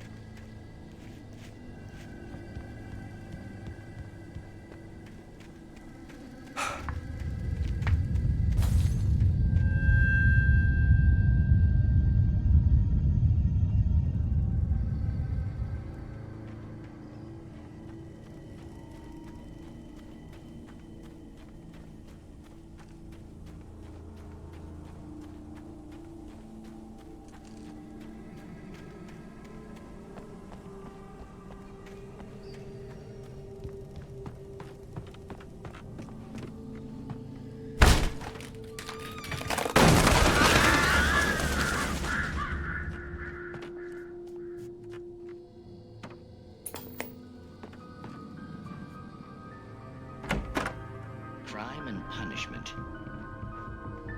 The cancer and cure of civilization. But some crimes are impossible to punish, especially in Night Springs. Tonight's episode, The Man in the Mirror.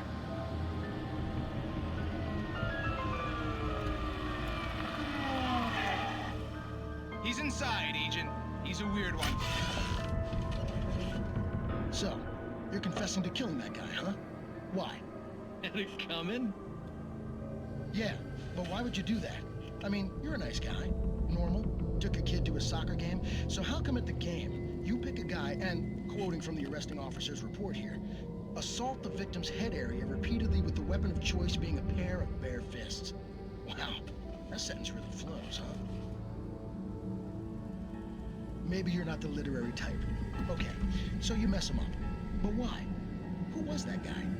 We couldn't ID him. Why would a guy like you do him like that? I didn't like his face? Well, you must have hated it, because you really went to town there. I mean, there's no way to tell what he looked like. No ID on him either. That must be difficult. But then we ran the fingerprints. Got a match. Your prints. Identical. Huh, how about that? Your son said you were wearing a white shirt when you took him to the game, but the white shirt is on the dead guy. It's plenty red now. You won't get away with this. Do you really think that's in any way relevant to me? I had plenty of time to talk to my boy before the cops arrived, you know? He won't stop screaming, am I right? You think he's ever gonna be okay? I left my mark. Believe me. You bastard. What? You gonna shoot me? What's the point? I'm going to prison. You got me. I don't understand any of this. And you never will. Don't worry. Maybe you'll see me again, Agent. Maybe in the mirror.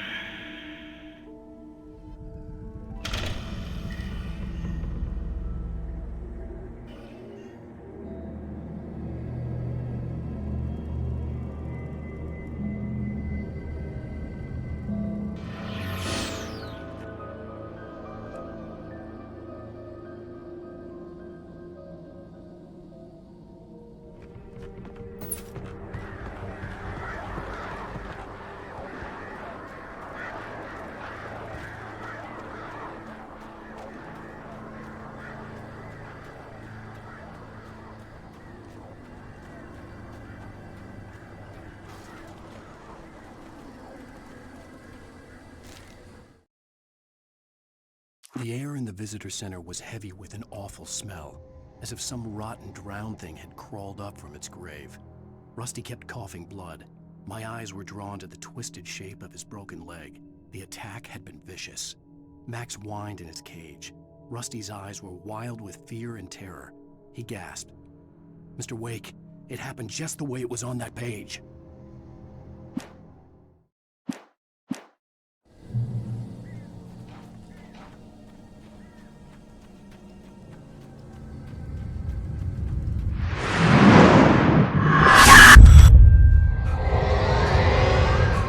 The vision left me weak. This was no head injury.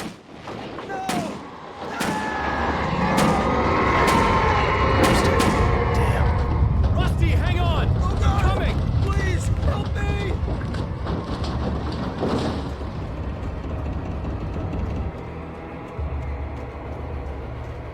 Anybody? Help me! Help me!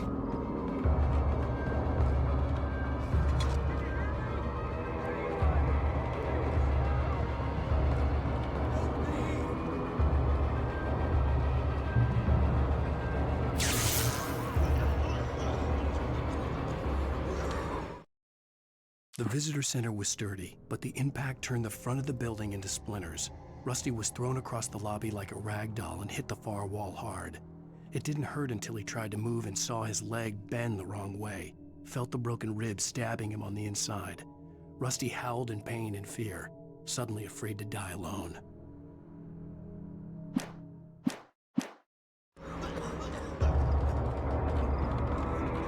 The ranger's office was locked. I'd need a key to get in.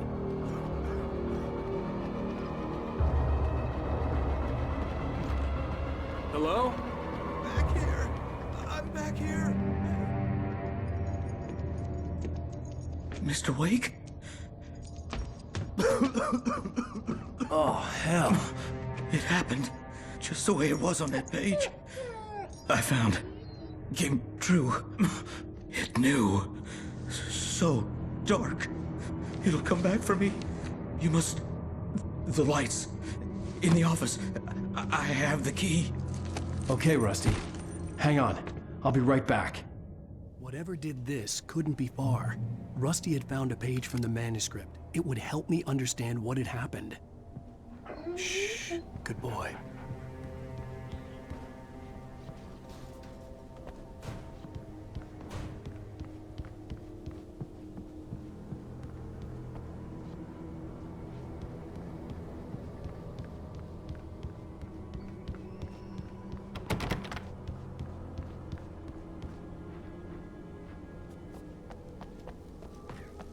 The only way to make sure that Rusty was safe was to get the power running and the lights back on.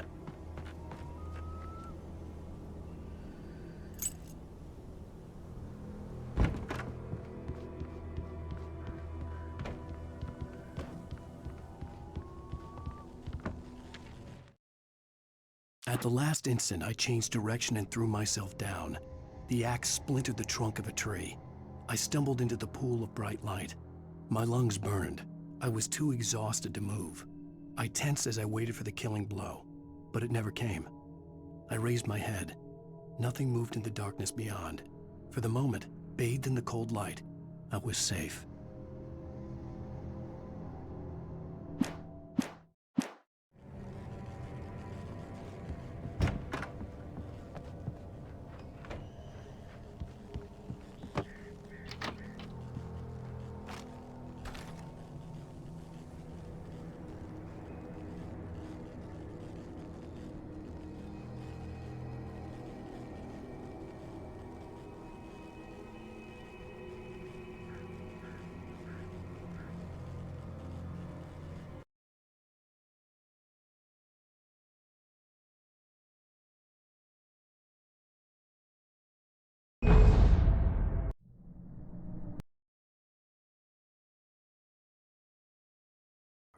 Rusty had found a page from the manuscript. It would help me understand what had happened.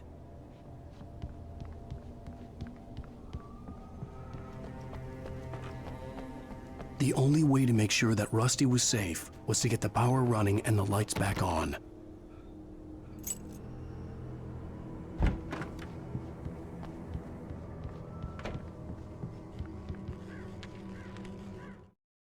At the last instant, I changed direction and threw myself down. The axe splintered the trunk of a tree. I stumbled into the pool of bright light. My lungs burned. I was too exhausted to move. I tensed as I waited for the killing blow, but it never came. I raised my head. Nothing moved in the darkness beyond. For the moment, bathed in the cold light, I was safe.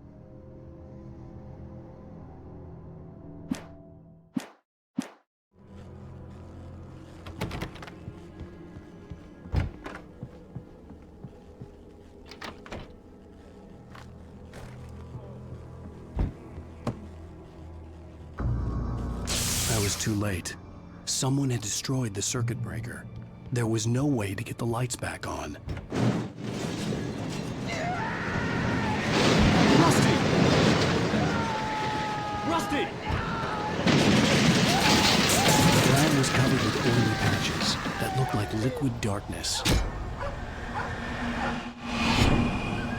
Hunters need hunting licenses.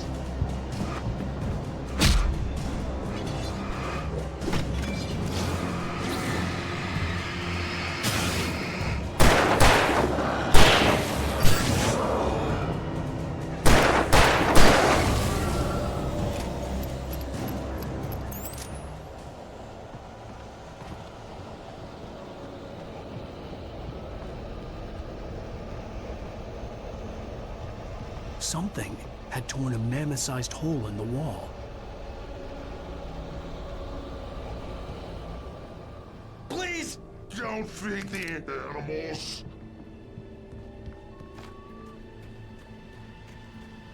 Fishing is only permitted for those persons who purchase a park fishing license. Obey the park ranger's instructions at all times. No!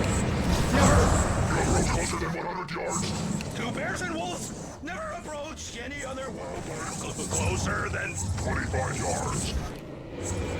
Pets must be leashed at all times. Never leave your pet unattended.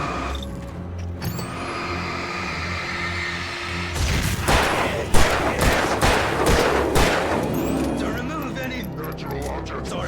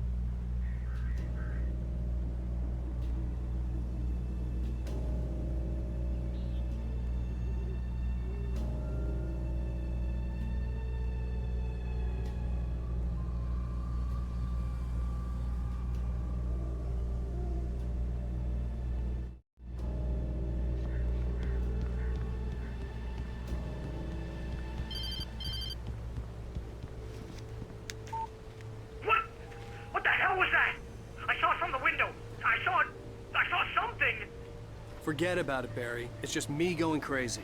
Oh, jeez. Oh, jeez. You're not crazy. I wish you were crazy, but you're not crazy. Al, be careful. Stay in the cabin. Don't open the door for anyone. I mean it.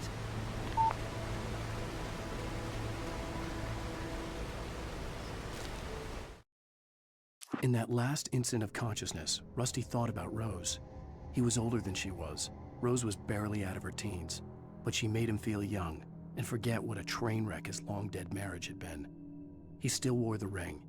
He'd been waiting for her to tell him to take it off. Now she never would.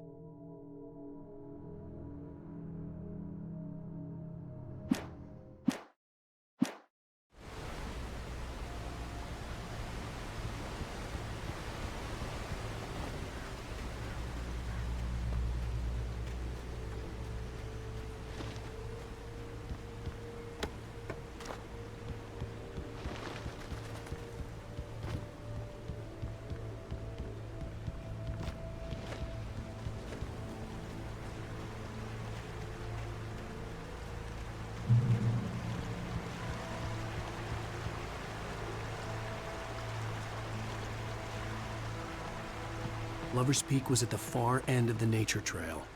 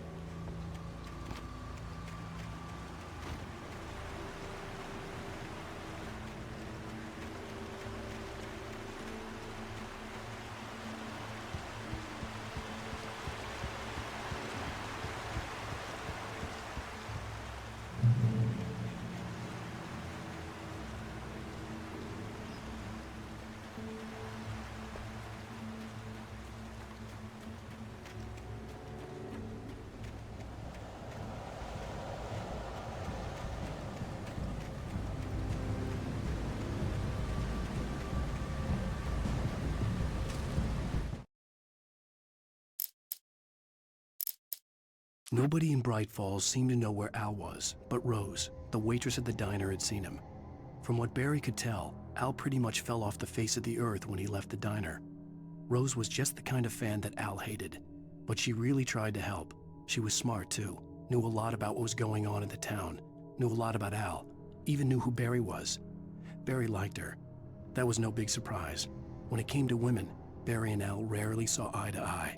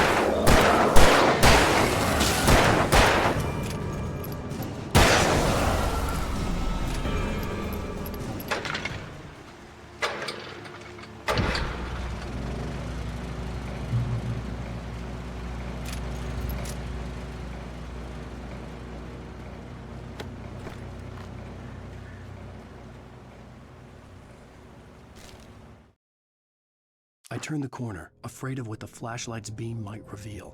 Suddenly, a roughly painted symbol of a torch glowed in the light. Behind it, hidden by a rock, sat a battered metal trunk. It was here for a reason, packed with supplies, batteries, flares, ammo, things you need to make it through the darkness of the night. Something left behind by someone who knew what I knew, and more.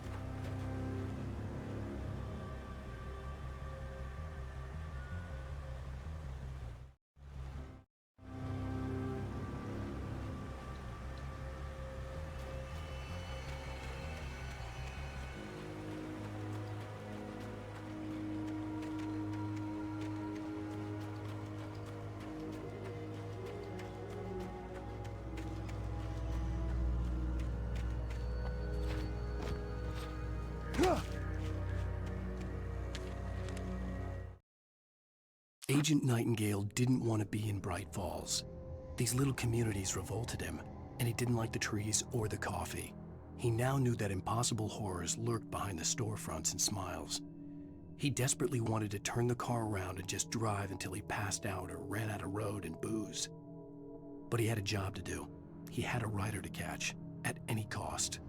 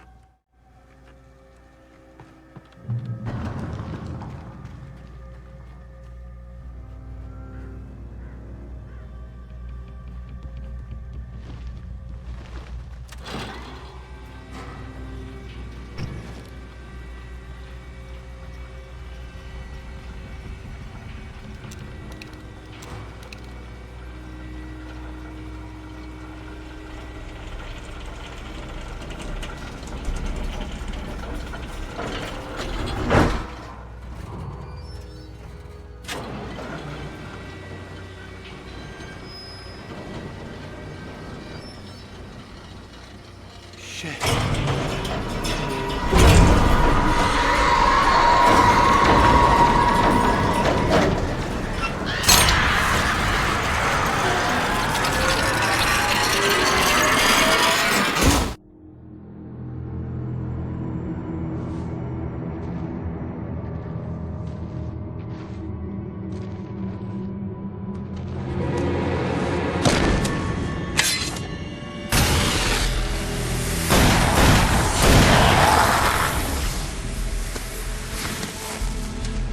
We gotta get moving. More of them coming. That flashlight's kid stuff. The flares will keep the bastards away.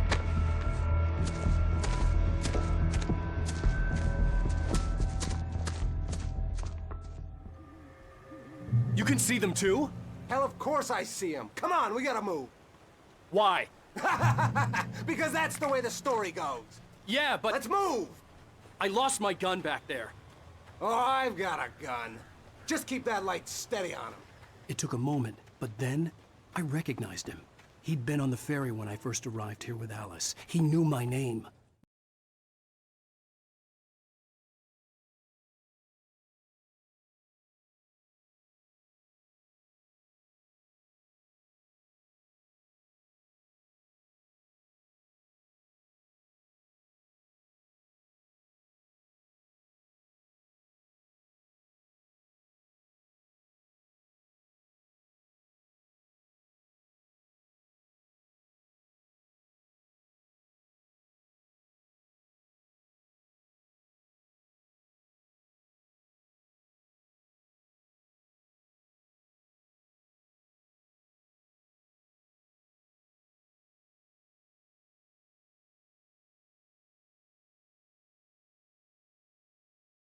We were headed in the direction of Lover's Peak. There was no way this was a coincidence. He was the kidnapper. Come on, Wake! You better keep up. What I got for you?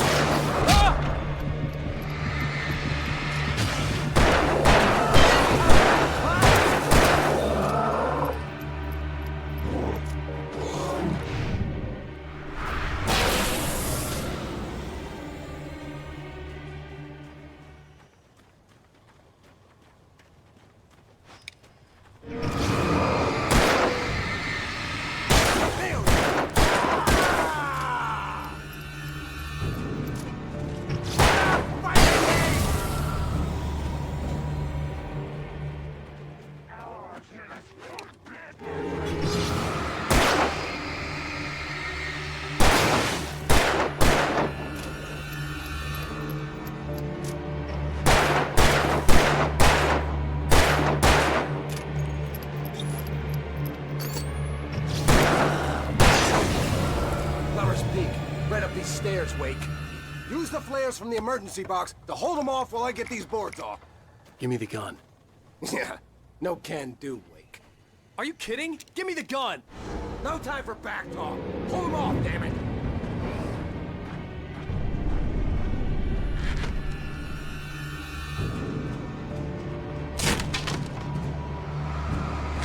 Just a little longer. Scare them off. Get some light on those bastards. That'll keep them off us.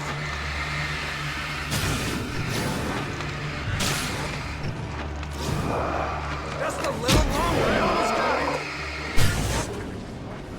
Okay, it's over. Move it along.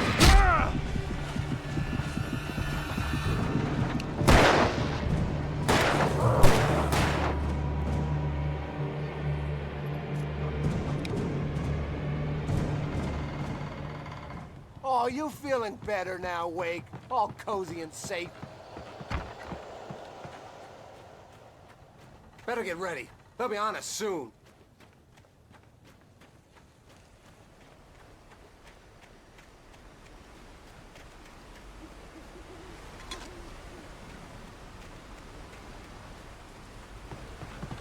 This is it, Wake. The last stand. There's There's more flares here. Get ready. We fight them as long as they keep coming. Give me the goddamn gun! They're coming! That's not how this goes. Get with the program, Wake.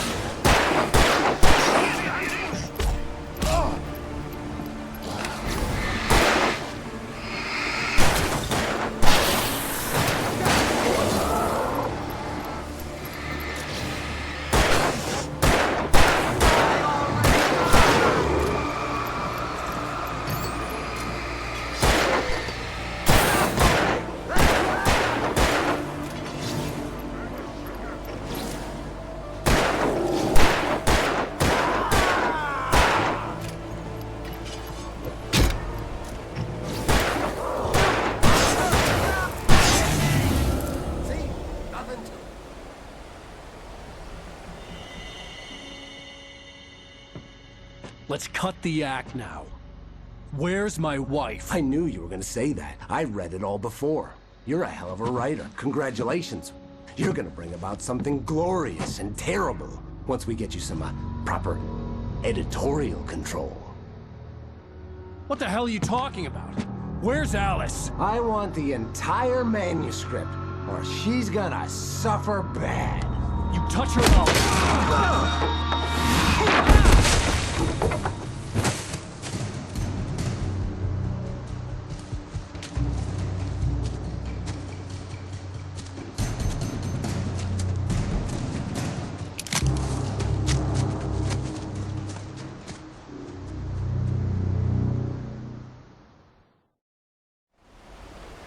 You're gonna give me the manuscript or you'll be sorry! No! Come back here! I swear I'll kill you if you hurt Alice! Do you hear me? Come back here! He had Alice, and he wanted the manuscript because he thought it held some magical power. But I had no manuscript to give him. I had to get back to Barry and figure out my next move.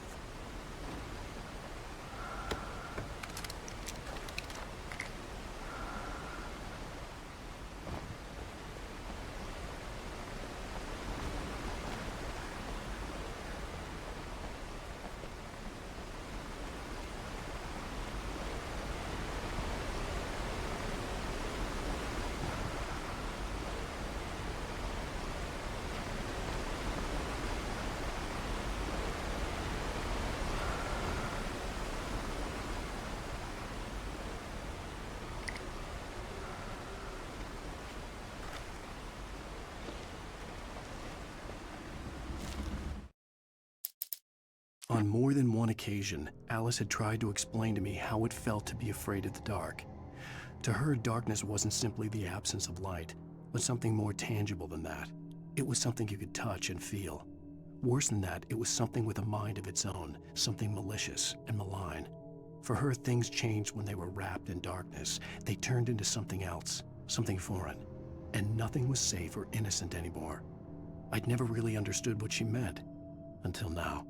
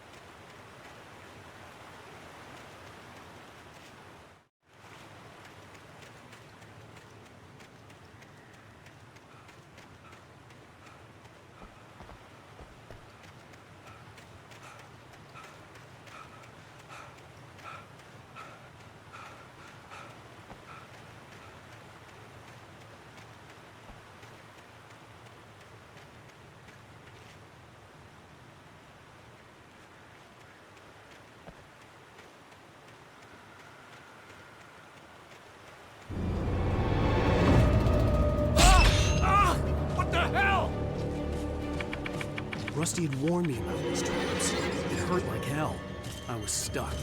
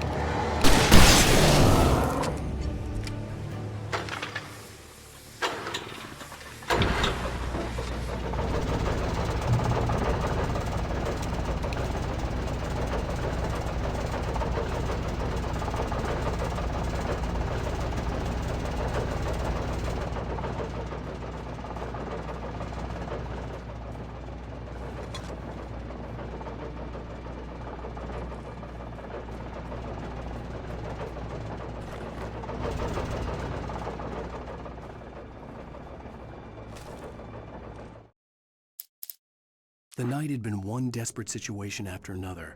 I was exhausted, and my body felt as though it had been chewed up and spat out.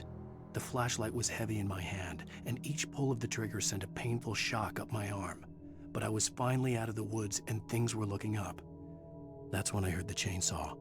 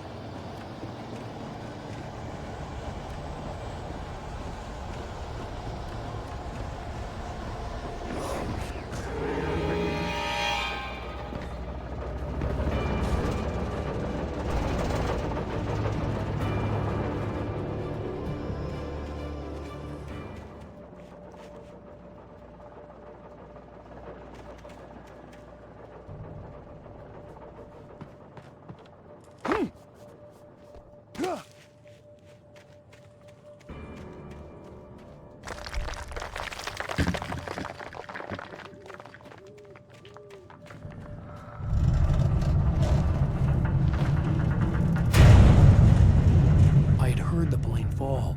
It made no sense. It was clear that it had just fallen here, but it was very old and obviously hadn't flown in decades. Looking at it sent a shiver down my spine.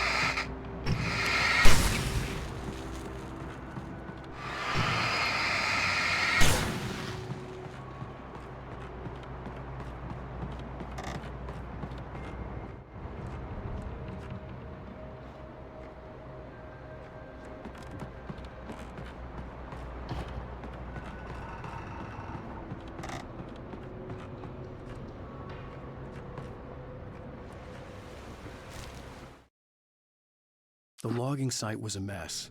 The modular office had been pushed off the cliff. Deputy Thornton climbed up from the wreckage excited, breathing hard from the exertion. Nobody there. It's weird. Don't you think that's weird? Bored, Mulligan let out a mighty snort. Hell, it's always weird, Thornton. Just a question of sorting out what kind of weird it is this time around.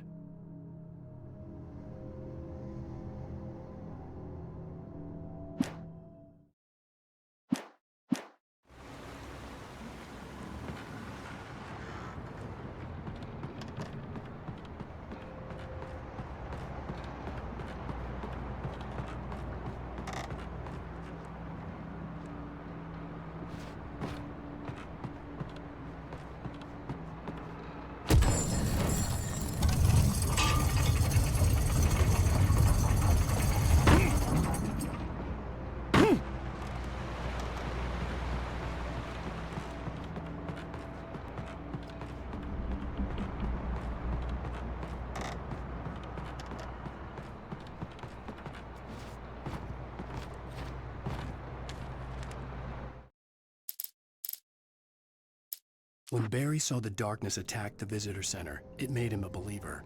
The men Al said he'd shot, they hadn't been just locals on crank. Somehow the world had changed, like the channel had been switched without warning. You think you're watching a sitcom, and you're really watching a horror show. When the birds started attacking the cabin, Barry wasn't surprised, just terrified.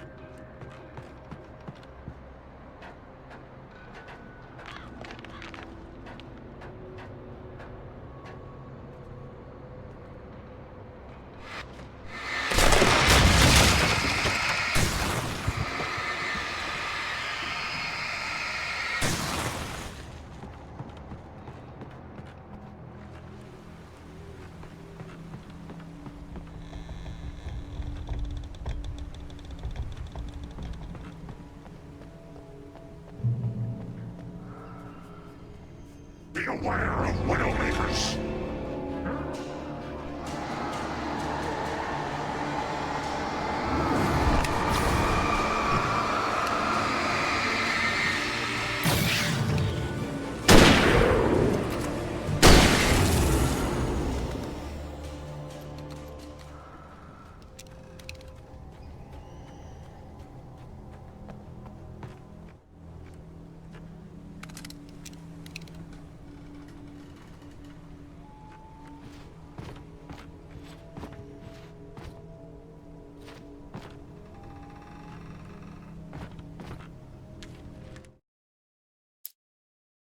Shadows stirred and the wind picked up as I ran through the forest.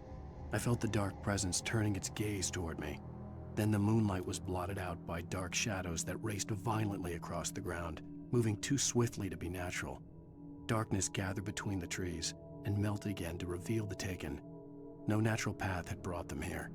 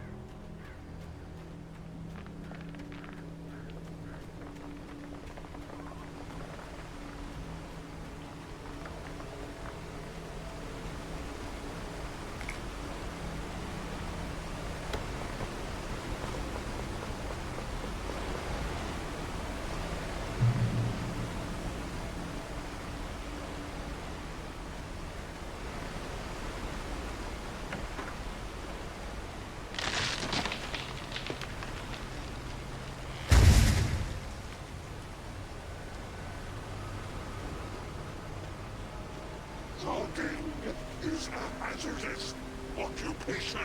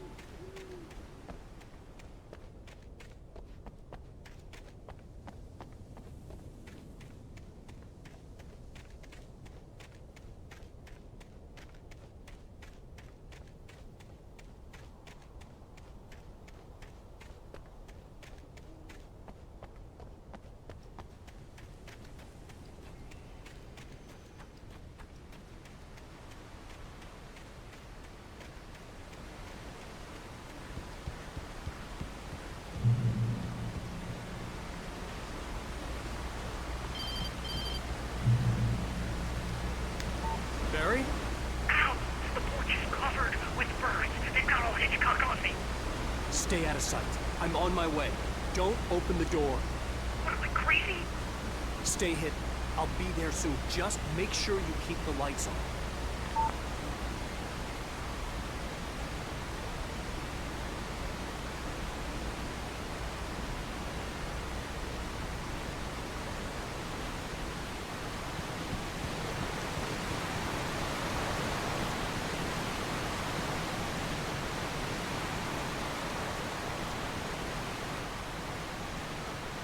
I still had to reach Barry at the cabin, but at least I was out of the woods.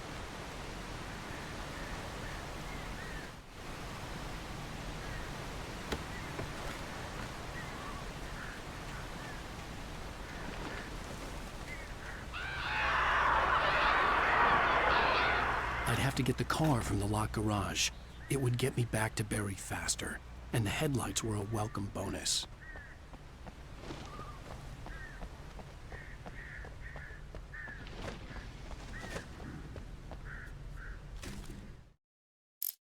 The FBI agent's command froze me in place. I considered surrender. It was all falling apart anyway. I could give in, let someone else deal with it, but it felt all wrong. Call it instinct, his posture, the way he held the gun. He was no friend. Shots ringing in my ears, I leaped for the hole in the fence and stumbled into the darkness beyond.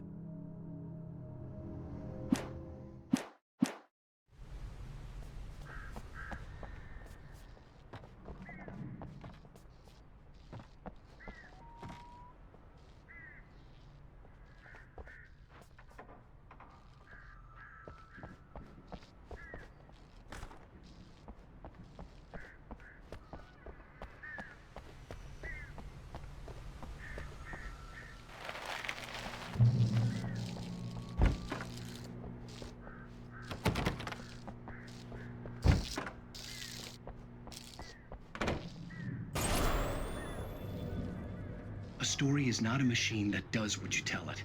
A story is a beast with a life of its own. You can create it, shape it, but as the story grows, it starts wanting things of its own. Change one thing and you set off a chain reaction of events that spreads through the whole thing. The characters have to be true to themselves. The events need to follow a logic that fits the story. A single flaw and the magic is gone. The story dies. Alice dies.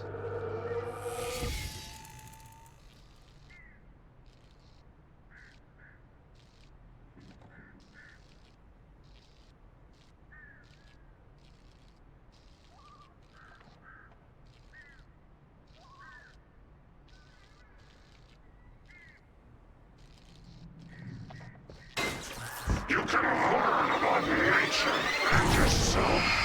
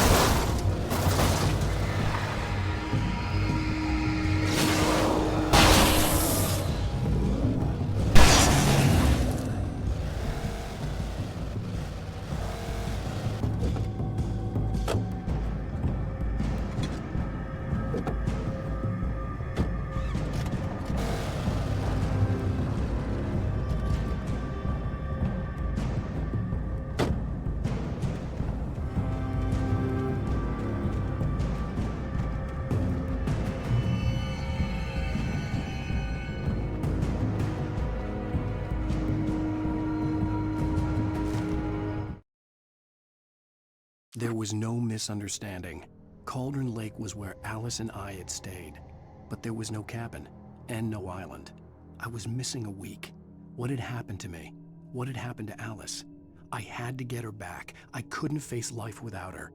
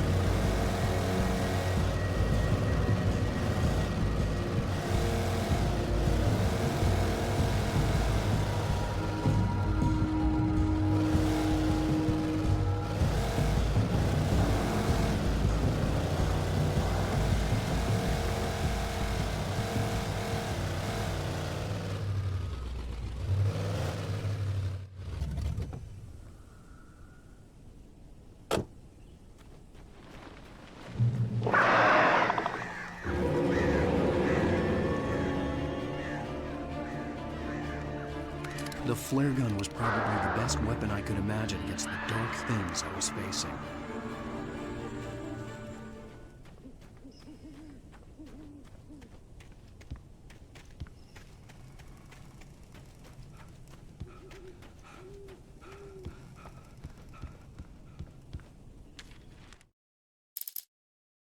Rose knew that Rusty was in love with her, and she liked him too. She liked him a lot. He taught her to dance, and life had certainly taught her the value of a man who was gentle. He treated her well, made her smile, made her feel good. But Rusty wasn't the prince of her dreams, and that tended to underline the unbearable truth. She was no closer to that Hollywood magic than he was.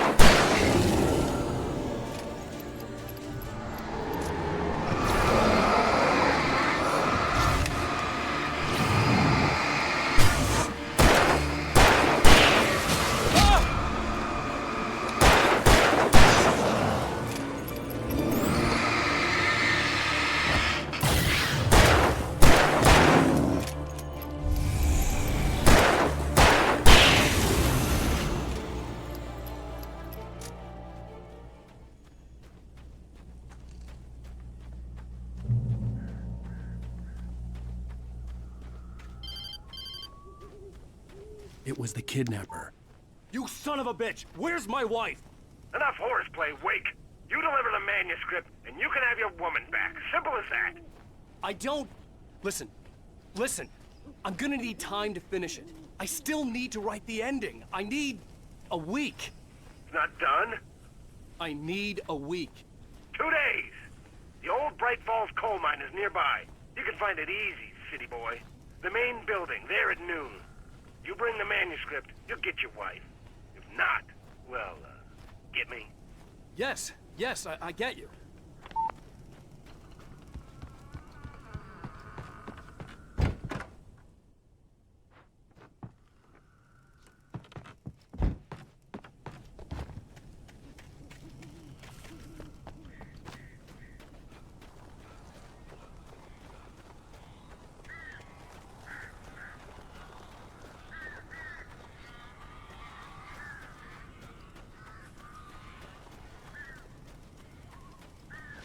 Barry had talked about birds over the phone.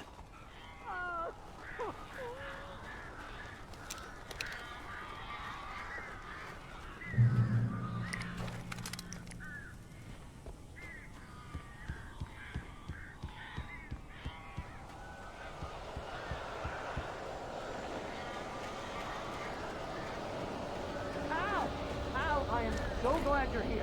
A couple of them got in here before I blocked the chimney. This isn't normal. These birds are weird.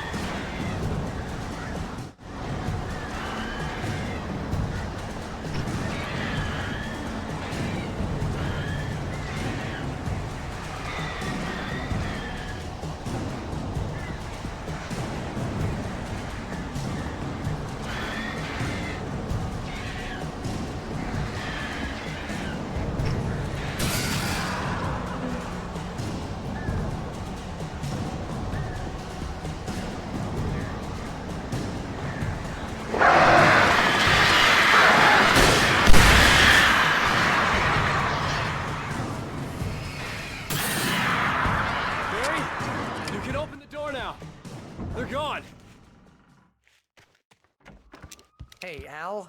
I'm sorry for thinking you were having a psychotic episode, man. I sent Barry to the town to ask around about a man fitting the kidnapper's description. He'd go through the archives of the local paper. Perhaps he could learn something. Anything about the island and the cabin that had disappeared. The man wanted a manuscript. I had to try to write him one to get Alice back.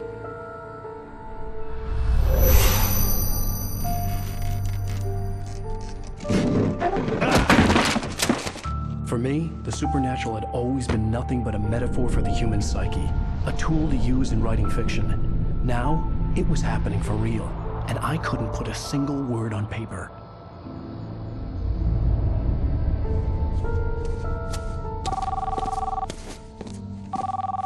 Barry Wheeler speaking. This is Rose. Rose? I found Mr. Wake's pages. Oh, you sweet, brilliant girl. Could you and Mr. Wake come get them? I live in the trailer park outside the town. We'll be there in less than an hour. Bye now. See you soon. Have a great day. Hope you come back soon. Welcome to the Oh Dear Diner. Good girl.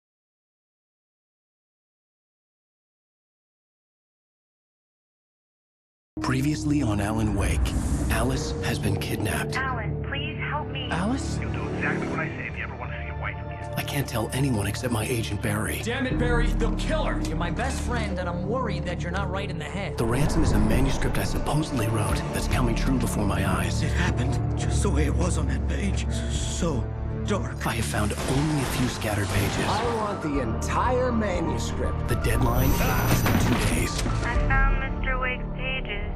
Good girl. How the hell did she get her hands on the manuscript anyway? I don't know. She's resourceful. I told you you were too hard on her. Listen, I found out all sorts of interesting stuff while I was digging around. Yeah. Mr. Wake, it's Sheriff Breaker. We have an FBI agent here, Agent Nightingale. FBI? He's anxious to see you. You'd better come to the station. Okay, I'll be right over, Sheriff. Let's make this quick, huh? Help you folks? Name's Randolph. I'm the manager. We're looking for Rose. Works as a waitress down at the diner. Rose, sure. Nice girl. Who wants to know? I'm Alan Wake. The writer, huh? I heard on the radio you were visiting. Well, I'll show you her trailer. That Rose, she's a nice girl. Always pays her rent on time. As I was saying, Al, I found all sorts of weird stuff from the local newspaper's archives. This place is crazy. Disappearances, mysterious deaths, urban legends come true, and get this, most of this stuff takes place around Cauldron Lake. Well, you ain't wrong, mister. The Indians thought the lake was a doorway to the underworld. I'm the God-fearing type myself. I don't hold with that sort of thing. Yeah, okay. Anyway, there was an island there owned by a guy called Thomas Zane. Now, some of the articles I found about him make him out to be a famous writer, but I ran a bunch of searches, couldn't find a single thing he wrote. Zane was heavily into diving, so much so that the place came to be called Diver's Isle. But the volcano under the lake erupted in 1970, and Zane went down with the island.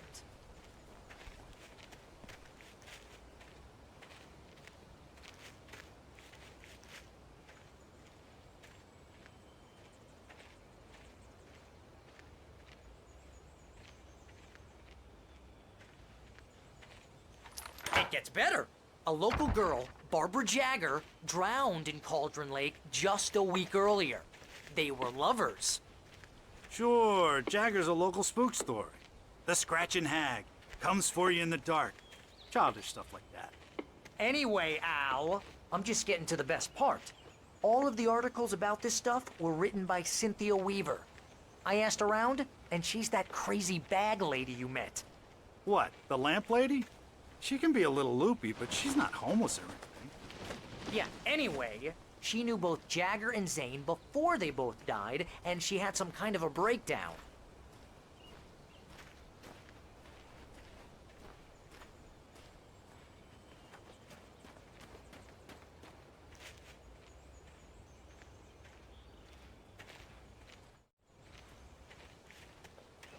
Well, mister, this here's Rose's trailer.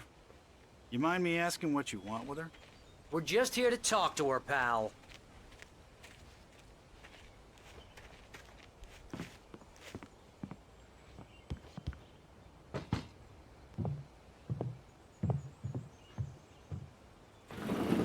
Welcome to... Oh dear. Mr. Wake. I'm so glad you're here. Rose, you have my manuscript? Oh. Oh, yes. Yes. Please, come in. Hey, this is really good. Rose, Yes, my manuscript. I really need it. I understand. I know what you need. A muse to inspire you. Oh, for Barry. She doesn't have anything. Yeah, hey, Al? Al, what's... Oh... Barry! What? What?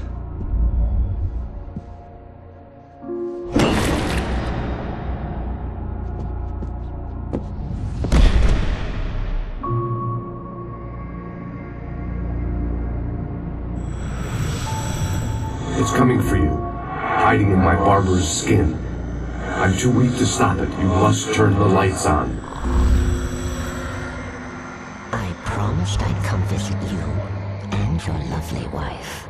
You must finish what you started. I insist. You must turn the lights on. Turn the light on. Back to work, boy.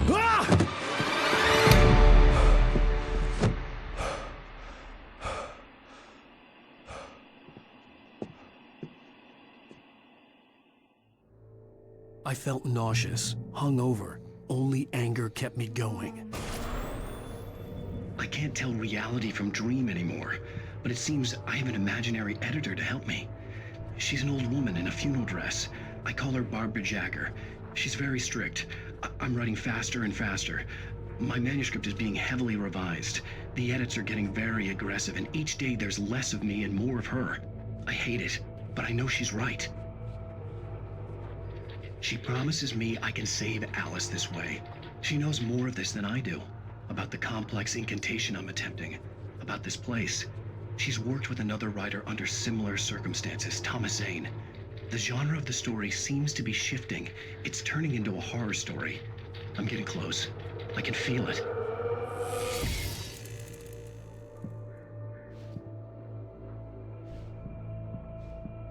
Rose took a day from me. I had less than 12 hours left to meet the kidnapper.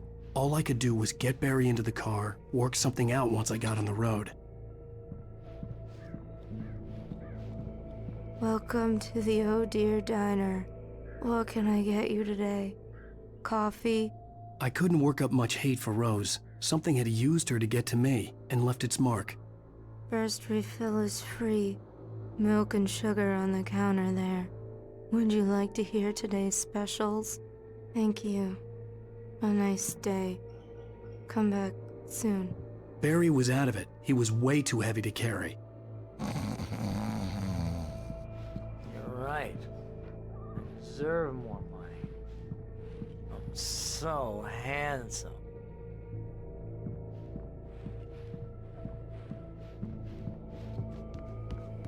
My gun and flashlight were gone. I'd have to find a way to get Barry into the car as quickly as possible. There was no time to waste. Mr. Randolph liked Rose. That little smile she had. How she was still sweet when life had tried so hard to make her bitter. It wasn't any of his business what she did in her trailer. But those strangers, the writer and his smart-ass sidekick, looked like trouble. And they'd been in there for hours, way past her normal bedtime. He reached for the phone and called the sheriff's station.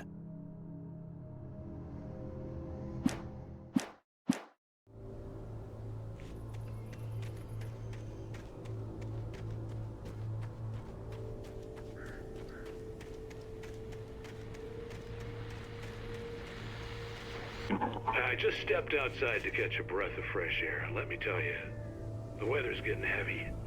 Nights like this make me especially glad I'm here talking to you and not home in bed. Once the weather takes a turn like this, I can't sleep at all. It's all tangled bed sheets and dark thoughts, punctuated by the occasional plunge into nightmare.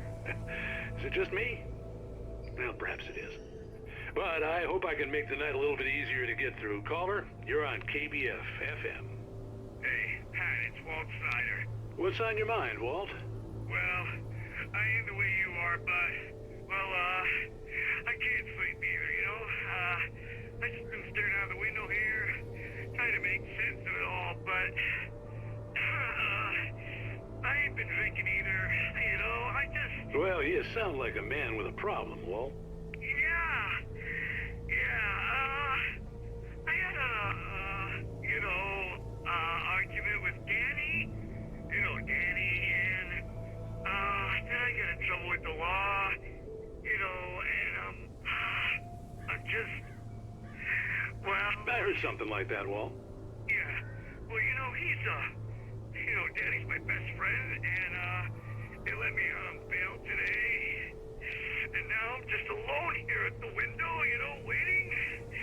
Man, and there's something in the air tonight, man. I was just outside looking up at the sky above our broadcast tower thinking the same thing. What are you waiting for, Walt? I don't know. You know, something's gonna happen. You know,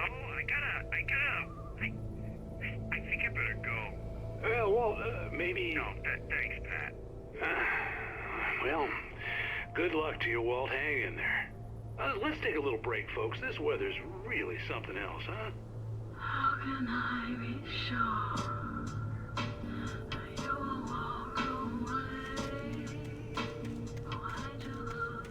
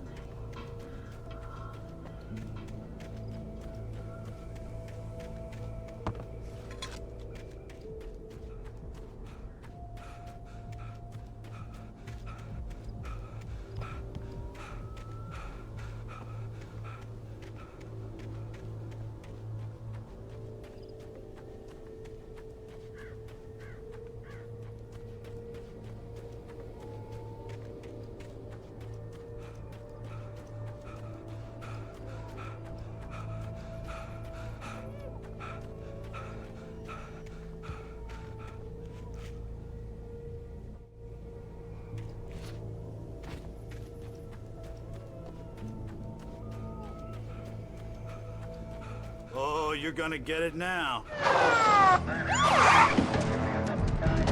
God knows what you've done to that poor girl. This is Agent Nightingale, FBI! Get him up, Hemingway! You're under arrest! You move a muscle, I'll unload right in your goddamn face! Stay right where you are, Slane!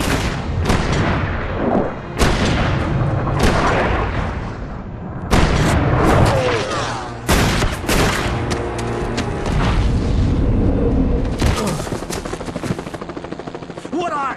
I'm standing right here, you goddamn maniac!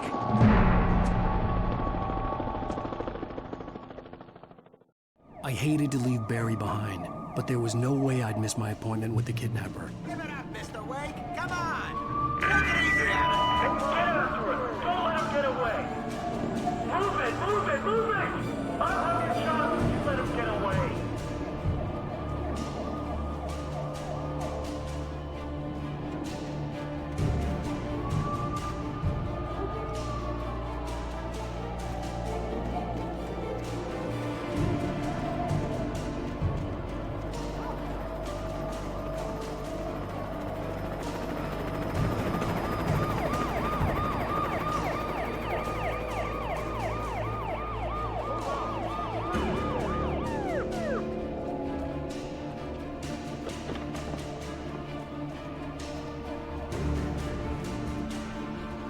Stop running! There he goes! Okay, men. Keep your eyes peeled. He's gonna try to make it through here. Oh, damn. Wait! I see Wait!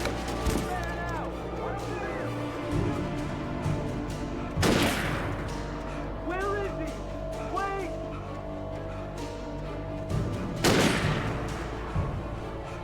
God damn it! Where did he go? That's the way! Keep an eye out!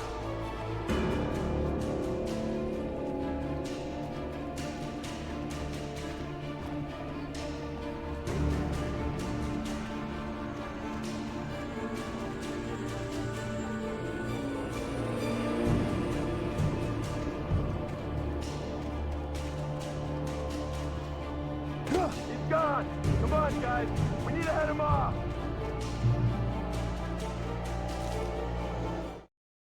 For decades, the darkness that wore Barbara Jagger's skin slept fitfully in the dark place that was its home and prison. It was hungry and in pain. It dreamed of its nights of glory when the poet's writing had called it from the depths and given it a brief, terrible taste of power and freedom. The rock stars had stirred it from the deep sleep the poet had sunk it back to in the end. When it sensed the writer on the ferry, it opened its eyes.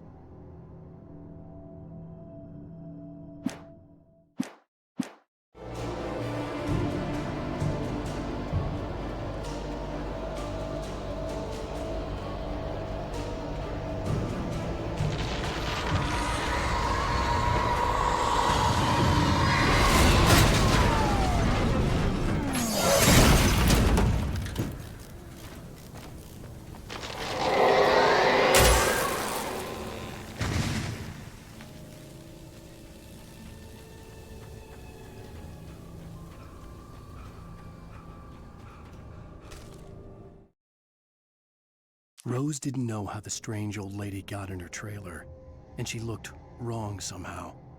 The woman showed her teeth in an approximation of a smile and traced a finger down Rose's cheek. "Pretty girl," she said. Rose felt as if she was falling asleep, but her knees didn't buckle. The crone spoke in a whisper, her words ice cold and dark in Rose's ear.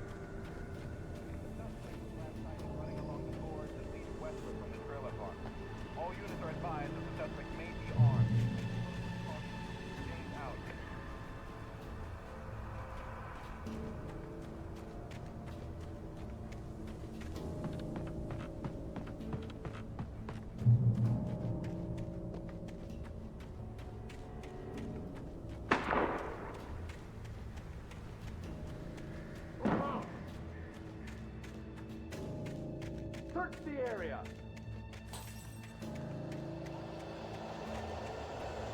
Stay sharp! This way! Over here!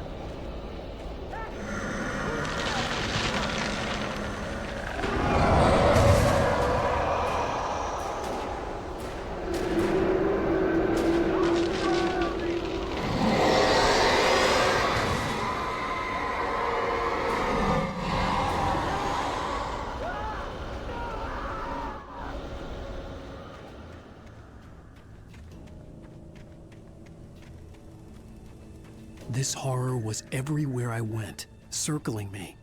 The cops didn't stand a chance. They were after a writer, not a monster.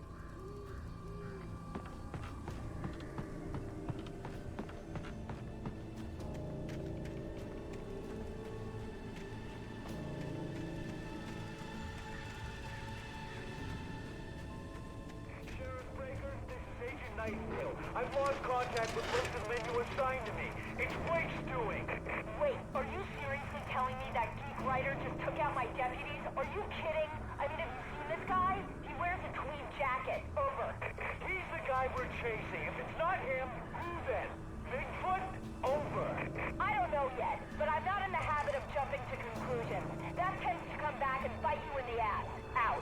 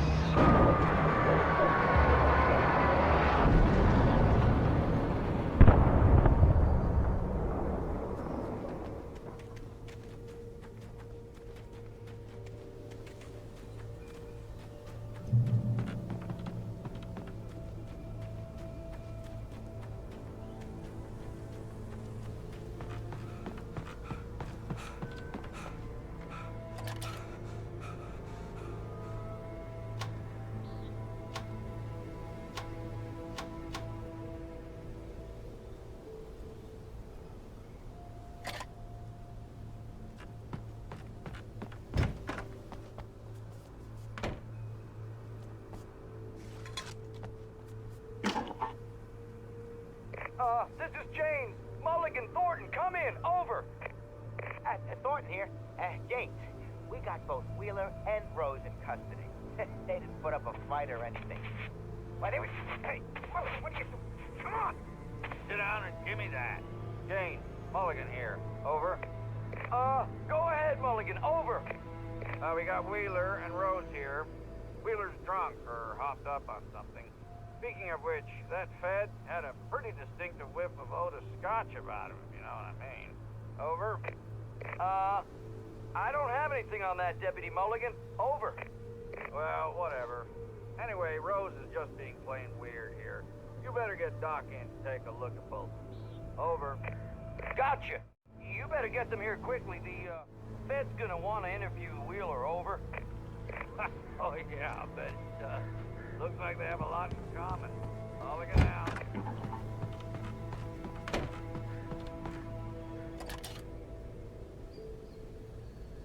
I could see the lights of the radio station in the distance.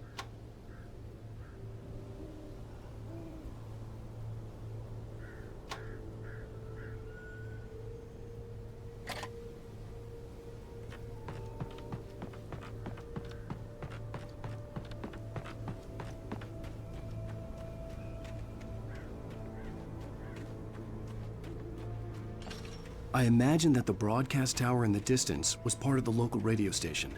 Maine seemed like a decent guy. Perhaps he could give me directions to the coal mine.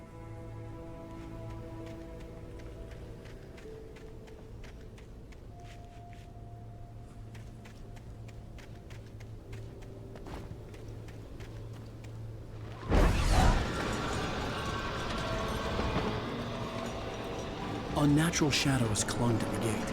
The darkness that was after me was trying to stop me. I wouldn't get through without a light.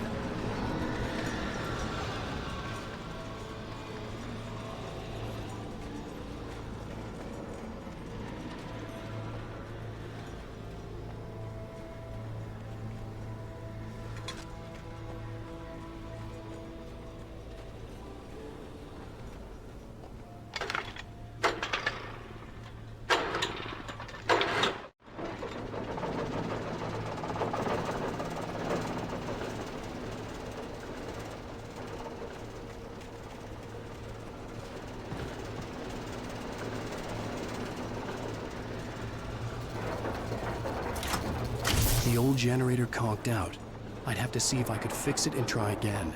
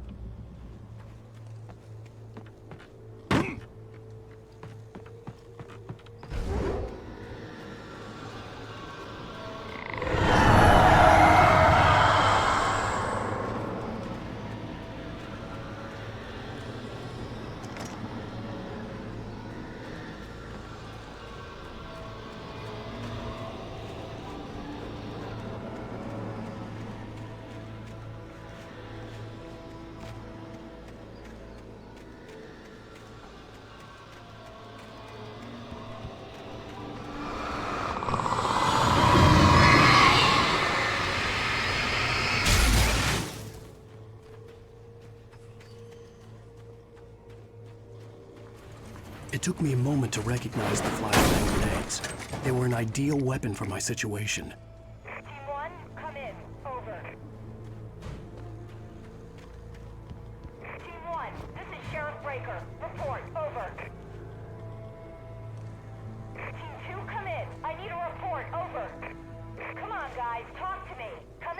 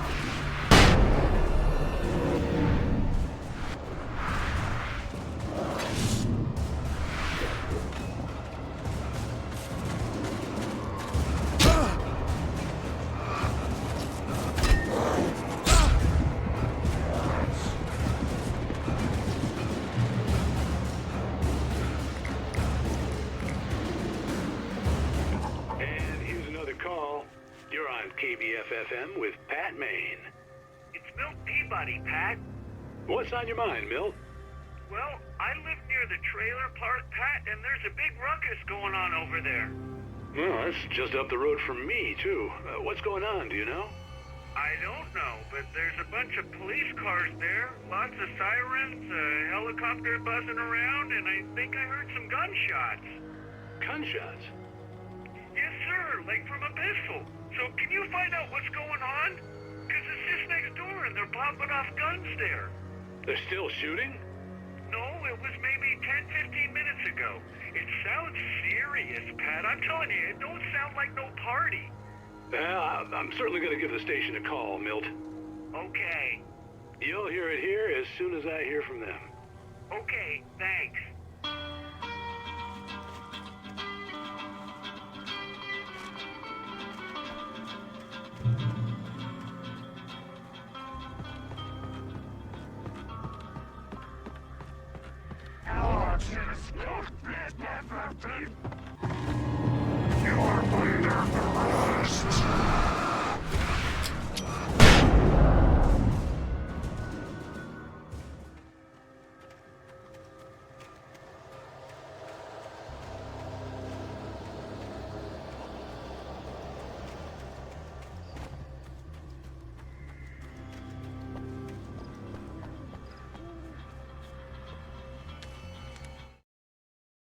Touched by the dark presence, Rose was lost in a dreamland where everything was drawn in black and gray crayons. The old lady had promised her that all her wishes would come true. She would be Alan Wake's muse. She was smiling so hard it hurt her face. She crushed a bottle full of sleeping pills into the coffee. Deep down inside, she was screaming in terror.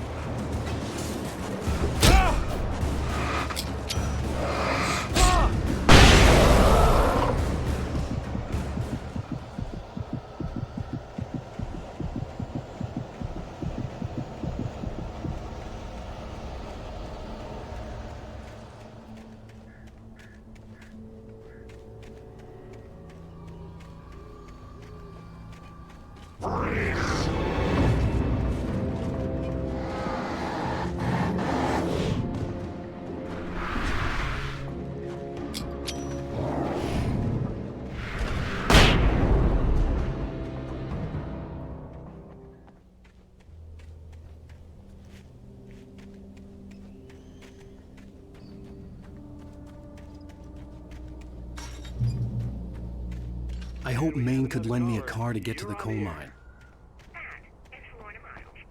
Oh, why, hello, Lorna. What do you have for us?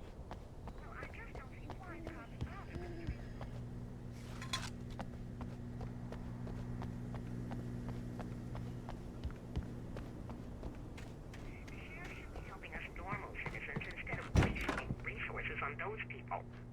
Well, let the try to sort themselves out. I'm sorry, but my granddaddy stolen rifles in 1911. Well, thank you very much for that compassionate viewpoint, Lorna. Oh, here's a little surprise. The famous writer Alan Wake just walked in. Folks, I'm going to see if I can talk him into an interview. Come on in, Mr. Wake. Oh, I'm so glad you could find the time to do this, Mr. Wake. Nowhere to run now, Dan Brown. You back away from me. Don't hurt. Whoa. Everyone calm down. Put the gun down. We're all friends here, right? Cool your jets, Nightingale. We got him.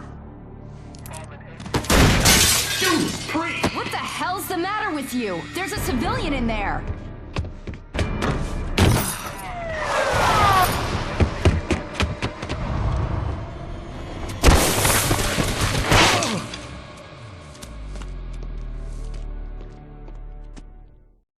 I'll get you yet, even if it kills me. You hear me? You hear me, H.P. Lovecraft? I had fallen off so many cliffs it was ridiculous. That's what you get for naming a book The Sudden Stop. It was probably good I hadn't had the chance to tell Maine where I was going. I'd have to lose the cops and find my own way to the mine.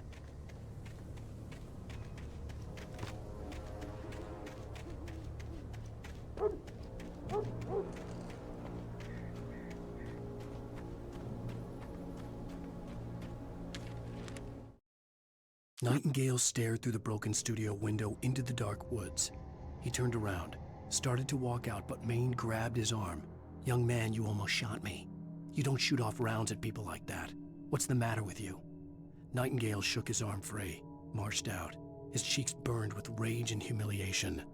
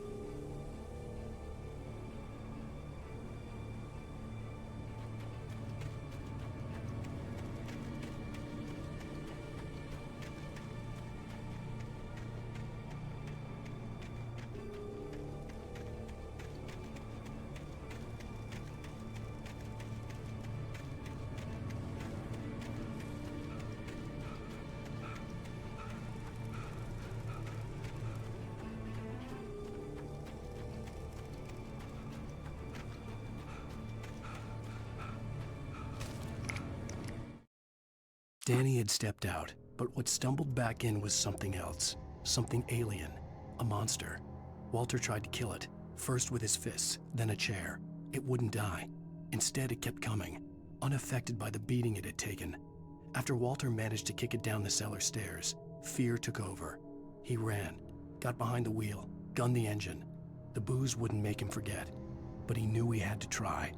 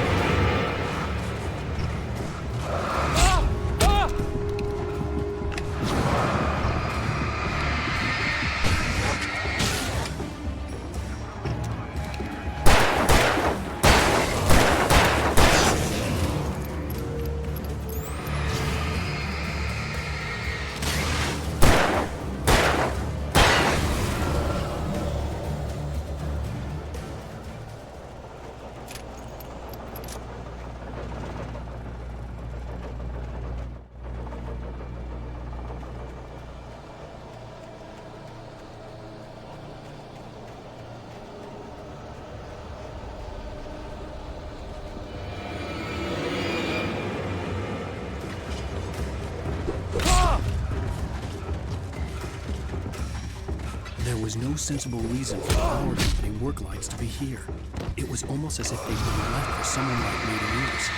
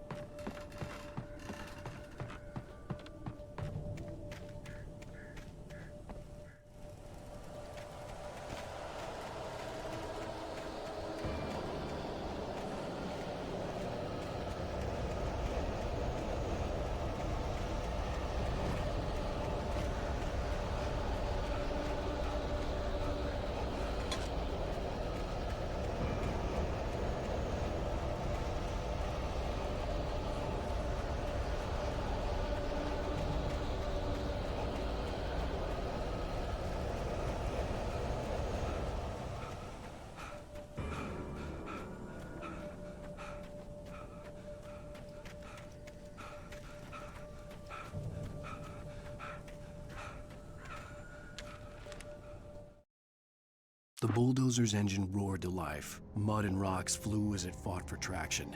It crashed through the concrete wall and landed heavily in the yard. If it were an animal, it would have shaken its head after the impact, fixed its eyes on me, and charged. Of course, it had no head, nor eyes. Shadows crawled on its form, twisting it into a monster. Then, it came for me.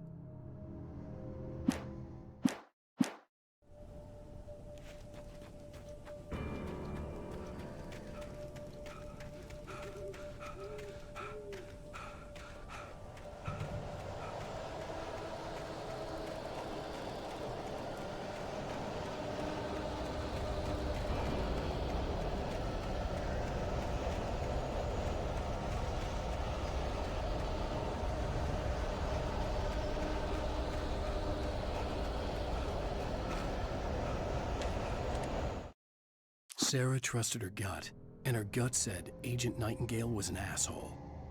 He felt wrong, and it wasn't just the smell of stale booze. It was in the way he flashed his badge, pulled rank, the look in his eyes when he wanted answers. Where was Alan Wake? What was this about an accident?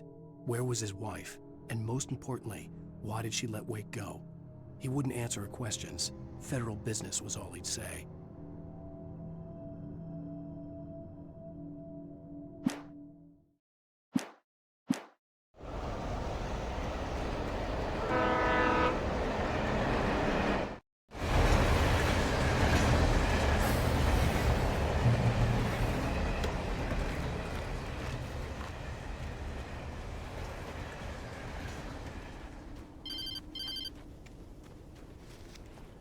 Hello?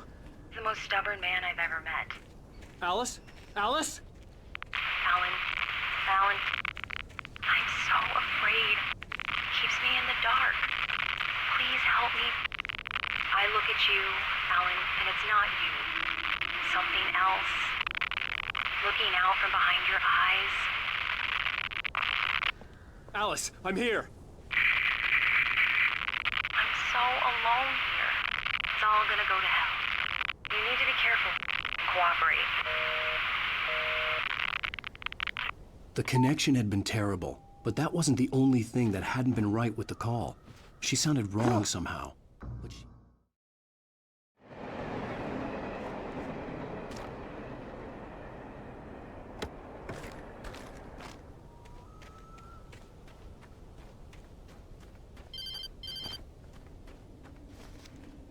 Hello? The most stubborn man I've ever met. Alice? Alice? Alan. I'm so afraid. Keeps me in the dark. Please help me. I look at you, Alan, and it's not you. Something else. Looking out from behind your eyes. Alice, I'm here. I'm so alone here. It's all gonna go to hell.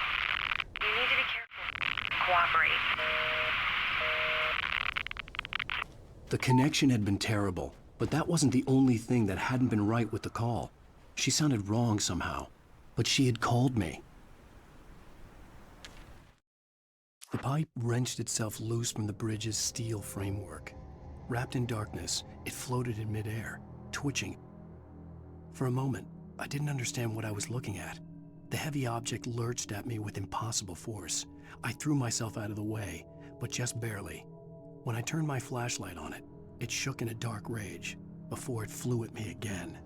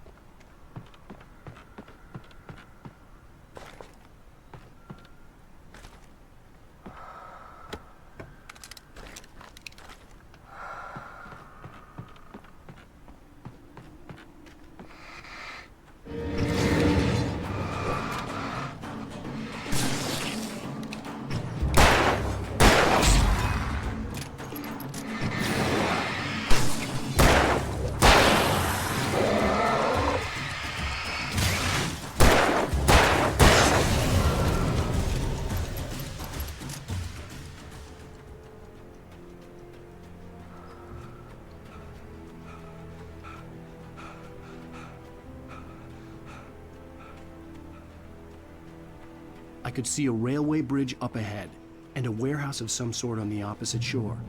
I hoped I could find a car from there.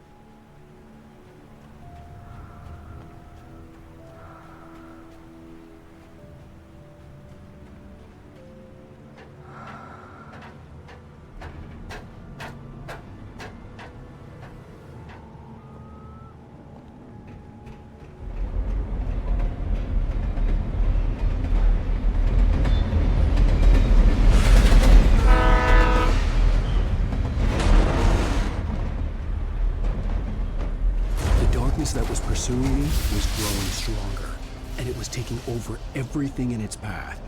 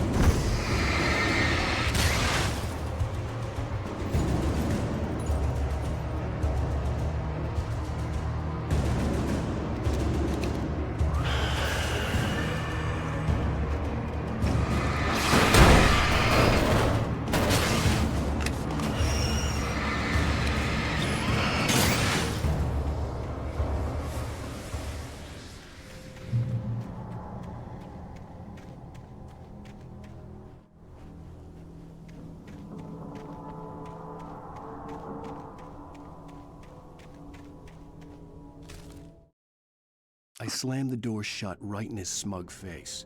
He pleaded for me to open the door.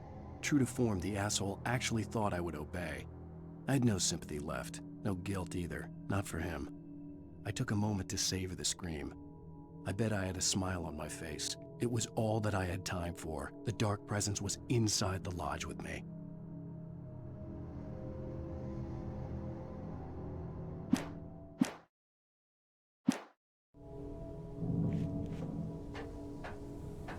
As a teenager, just starting to get interested in writing, Stephen King had been a source of inspiration to me. I thought about all the inanimate objects that had come to life in his books. No one is safe in a good horror story. Certainly not the protagonist. That's what makes them fun. This was anything but. The darkness could possess anything, and it was getting closer.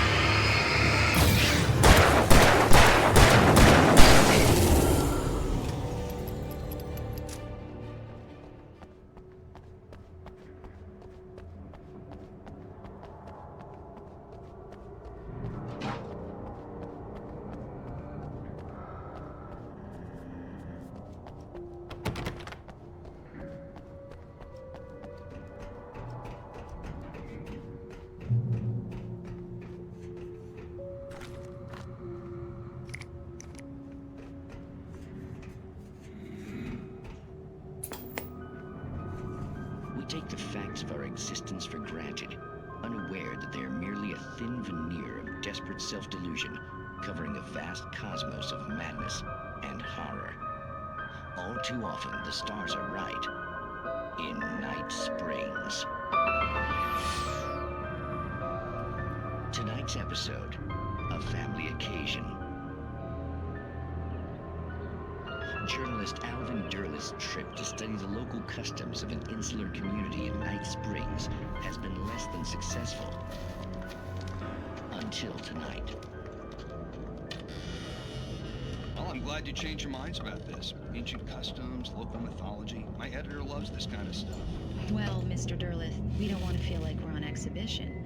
But you have demonstrated the seriousness of your intent. Oh, I am serious. Really, just do your thing. I'll stay out of your way and observe. Actually, I thought you could assist us. I'm afraid we are a man short. It would provide you with an intimate perspective. Could I really? Of course, Mr. Derleth. Well, I guess that's the least What would I have to do? Oh, here. Let me show you with a kiss.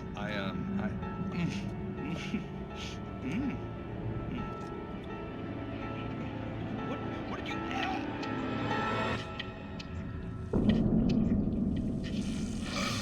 Oh, Mr. Derleth, you have well pleased Nixie Perka, the dweller in flesh. Your body shall host his 1,000 young, and all shall be glory.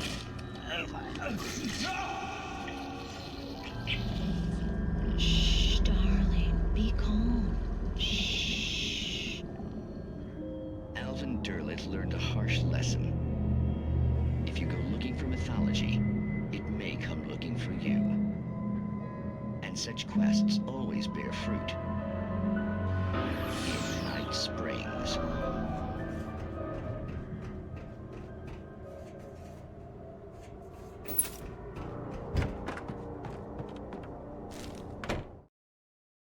The darkness surged towards me, sucking everything loose from the ground into its depths, tugging at my clothes. I saw the flare the kidnapper had dropped and threw myself towards it just as I felt my feet leave the ground. The darkness embraced me with the force of a tornado. Somehow I managed to light the flare. The darkness roared and cast me away. I fell toward the dark waters of the lake far below.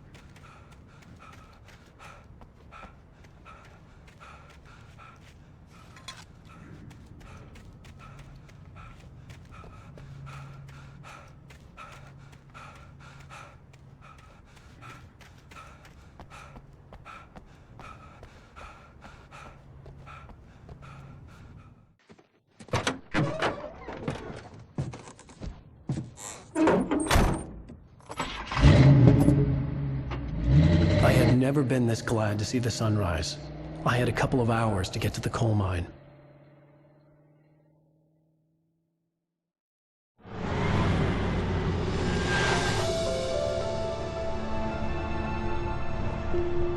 The coal mine wasn't far now.